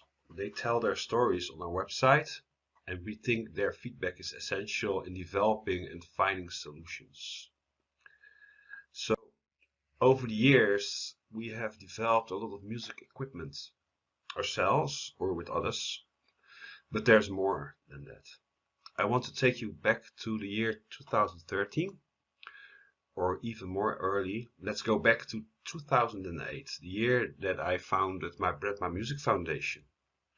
My Bread My Music aims to give people with severe physical disabilities the opportunity to play music using either self-adapted electronic instruments or electronic instruments the organization has developed themselves. During the years, we have developed a lot of equipment for people with severe disabilities, and in the year 2013 we did a project. Peter Veenstra developed the GameIt. It works as beautiful as the Xbox Adaptive Controller or the Nintendo Flex Controller. Only the effort to build this device was big and pretty expensive too. But more important, with the GameIt, 5 boys with Duchenne muscular dystrophy had access to gaming again. It was a major thing. So here is a little video of the GameIt. I have to click this. Okay.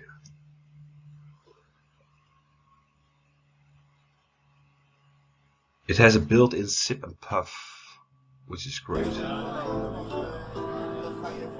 And the sip and puff reacts as a switch. Yeah, it is wireless. It costed 1,500 euro to build one, so, and a lot of time.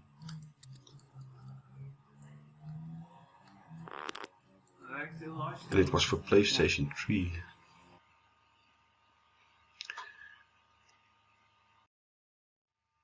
So in January 2020 I started NMA Gaming.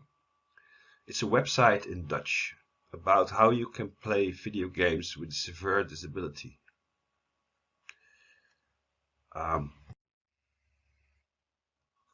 Now NMA Gaming is not only here to help people with a muscle disease, and you can see in this layout a bit that you here there's some equipment on the left for people with muscular disabilities, but on the right side you will see the equipment that's more if you have cerebral palsy or acquired brain injury.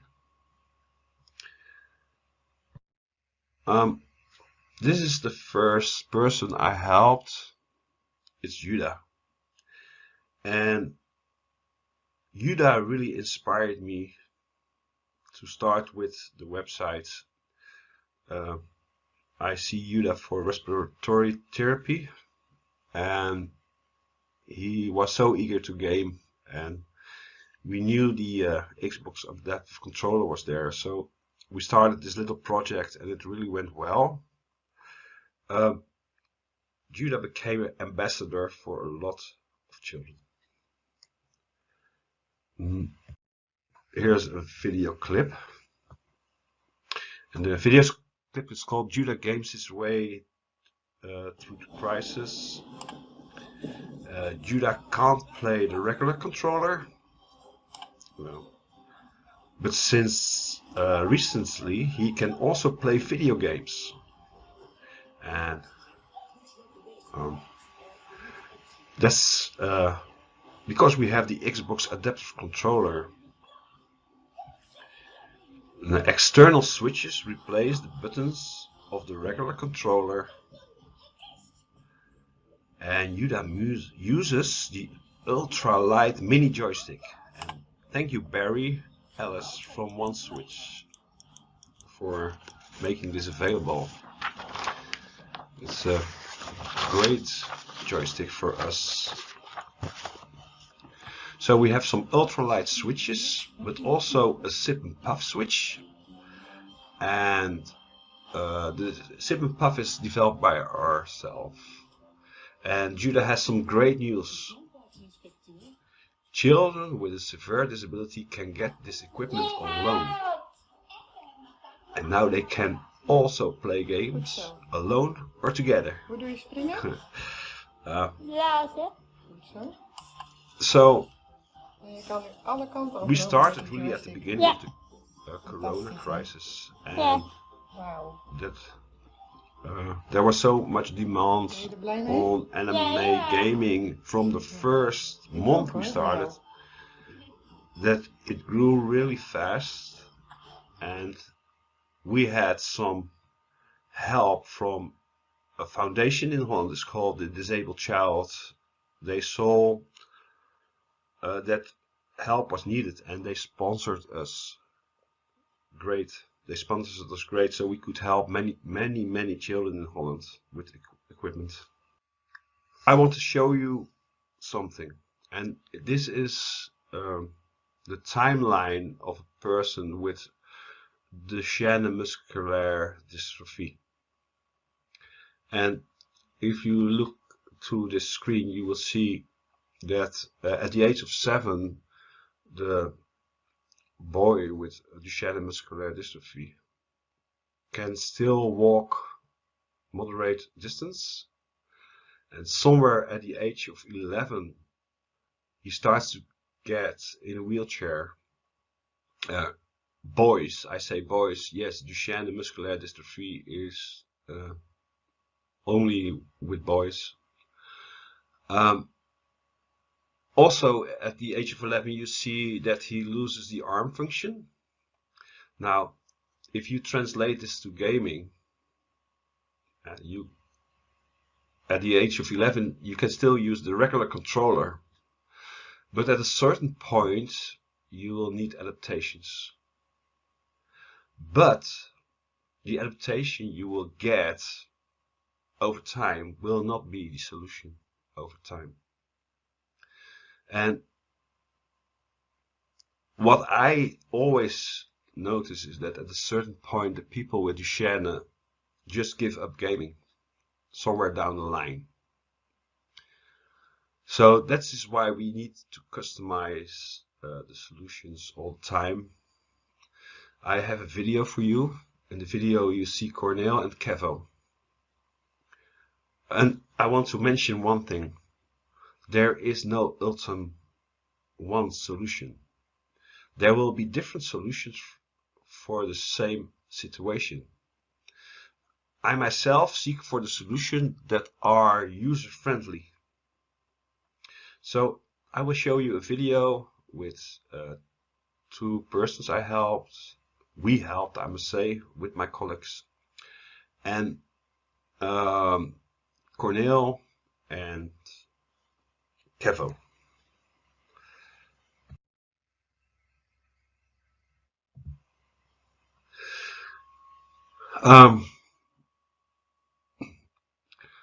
The original wheelchair lap tray is made by a specialist, totally fine-tuned to the possibilities of Cornel.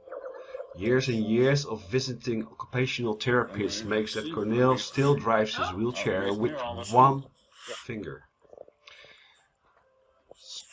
So that we translated this, and oh, you see the hair dryer here. That's to keep his hands warm. This is Kevo. He couldn't game anymore, and he was depressed.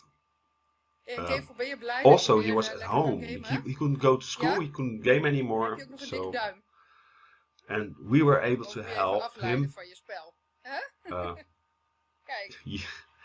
using a WhatsApp video and just sending out over the gear. Again with the mini joystick of Barry Ellis.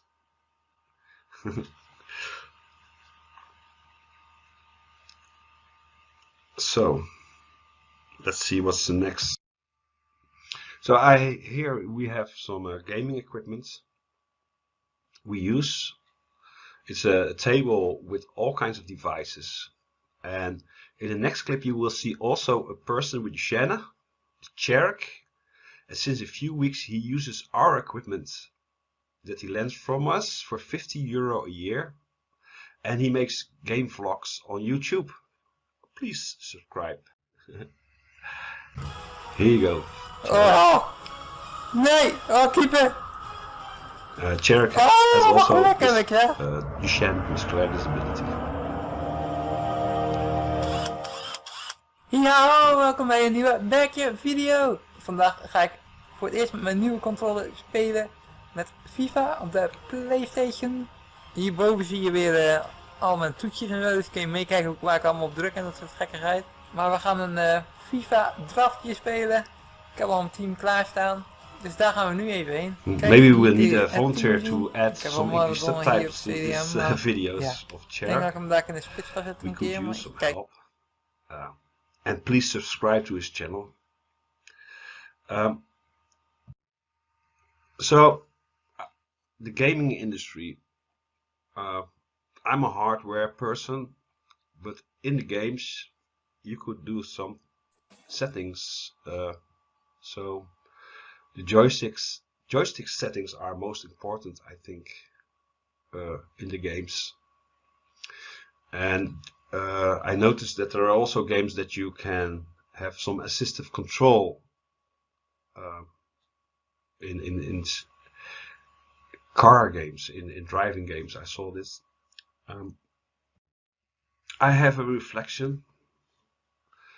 What about sustainability? In this picture from not so long ago, you will see the Xbox Adaptive and some of the special equipment you can connect. You will find this special equipment in many other pictures and in videos on the website about gaming.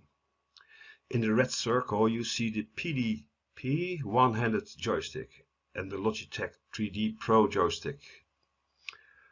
The one-handed joystick is no longer available, and even worse, the Logitech 3D Pro joystick is still available, but the latest version does not work on the Adaptive anymore. It looks the same, leaving disabled buyers in a total confusion. They see the picture on the internet, but the thing does not work anymore. And if you call the help center, of Logitech, the people on the help desk most likely don't understand the thing where you're talking about. They never heard of Adaptive Game. So, yeah, I hope that the Adaptive Gaming Kit will stay available for the rest of my life. I'm almost done, but I want to show you this. This is Iris, and she's laying in bed, visiting Disney World, gaming with our equipment, and she uses a Trebizond lap desk. So this was my presentation. I hope you like it. This is the website, Anima Gaming, and see you around. Keep up the good work, please. Thank you. Bye.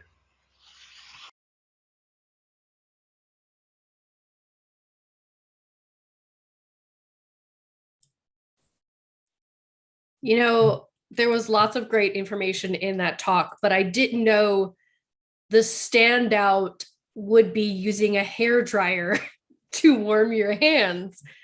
I mean, obviously there was lots of great information about the technology people are using, even compatibility issues, even a YouTuber that you can go and follow right now. But no, the biggest thing that resonated is all of us are cold and we all have some sort of heating thing available to improve our gaming experience, whether it's gloves or heaters or a hairdryer.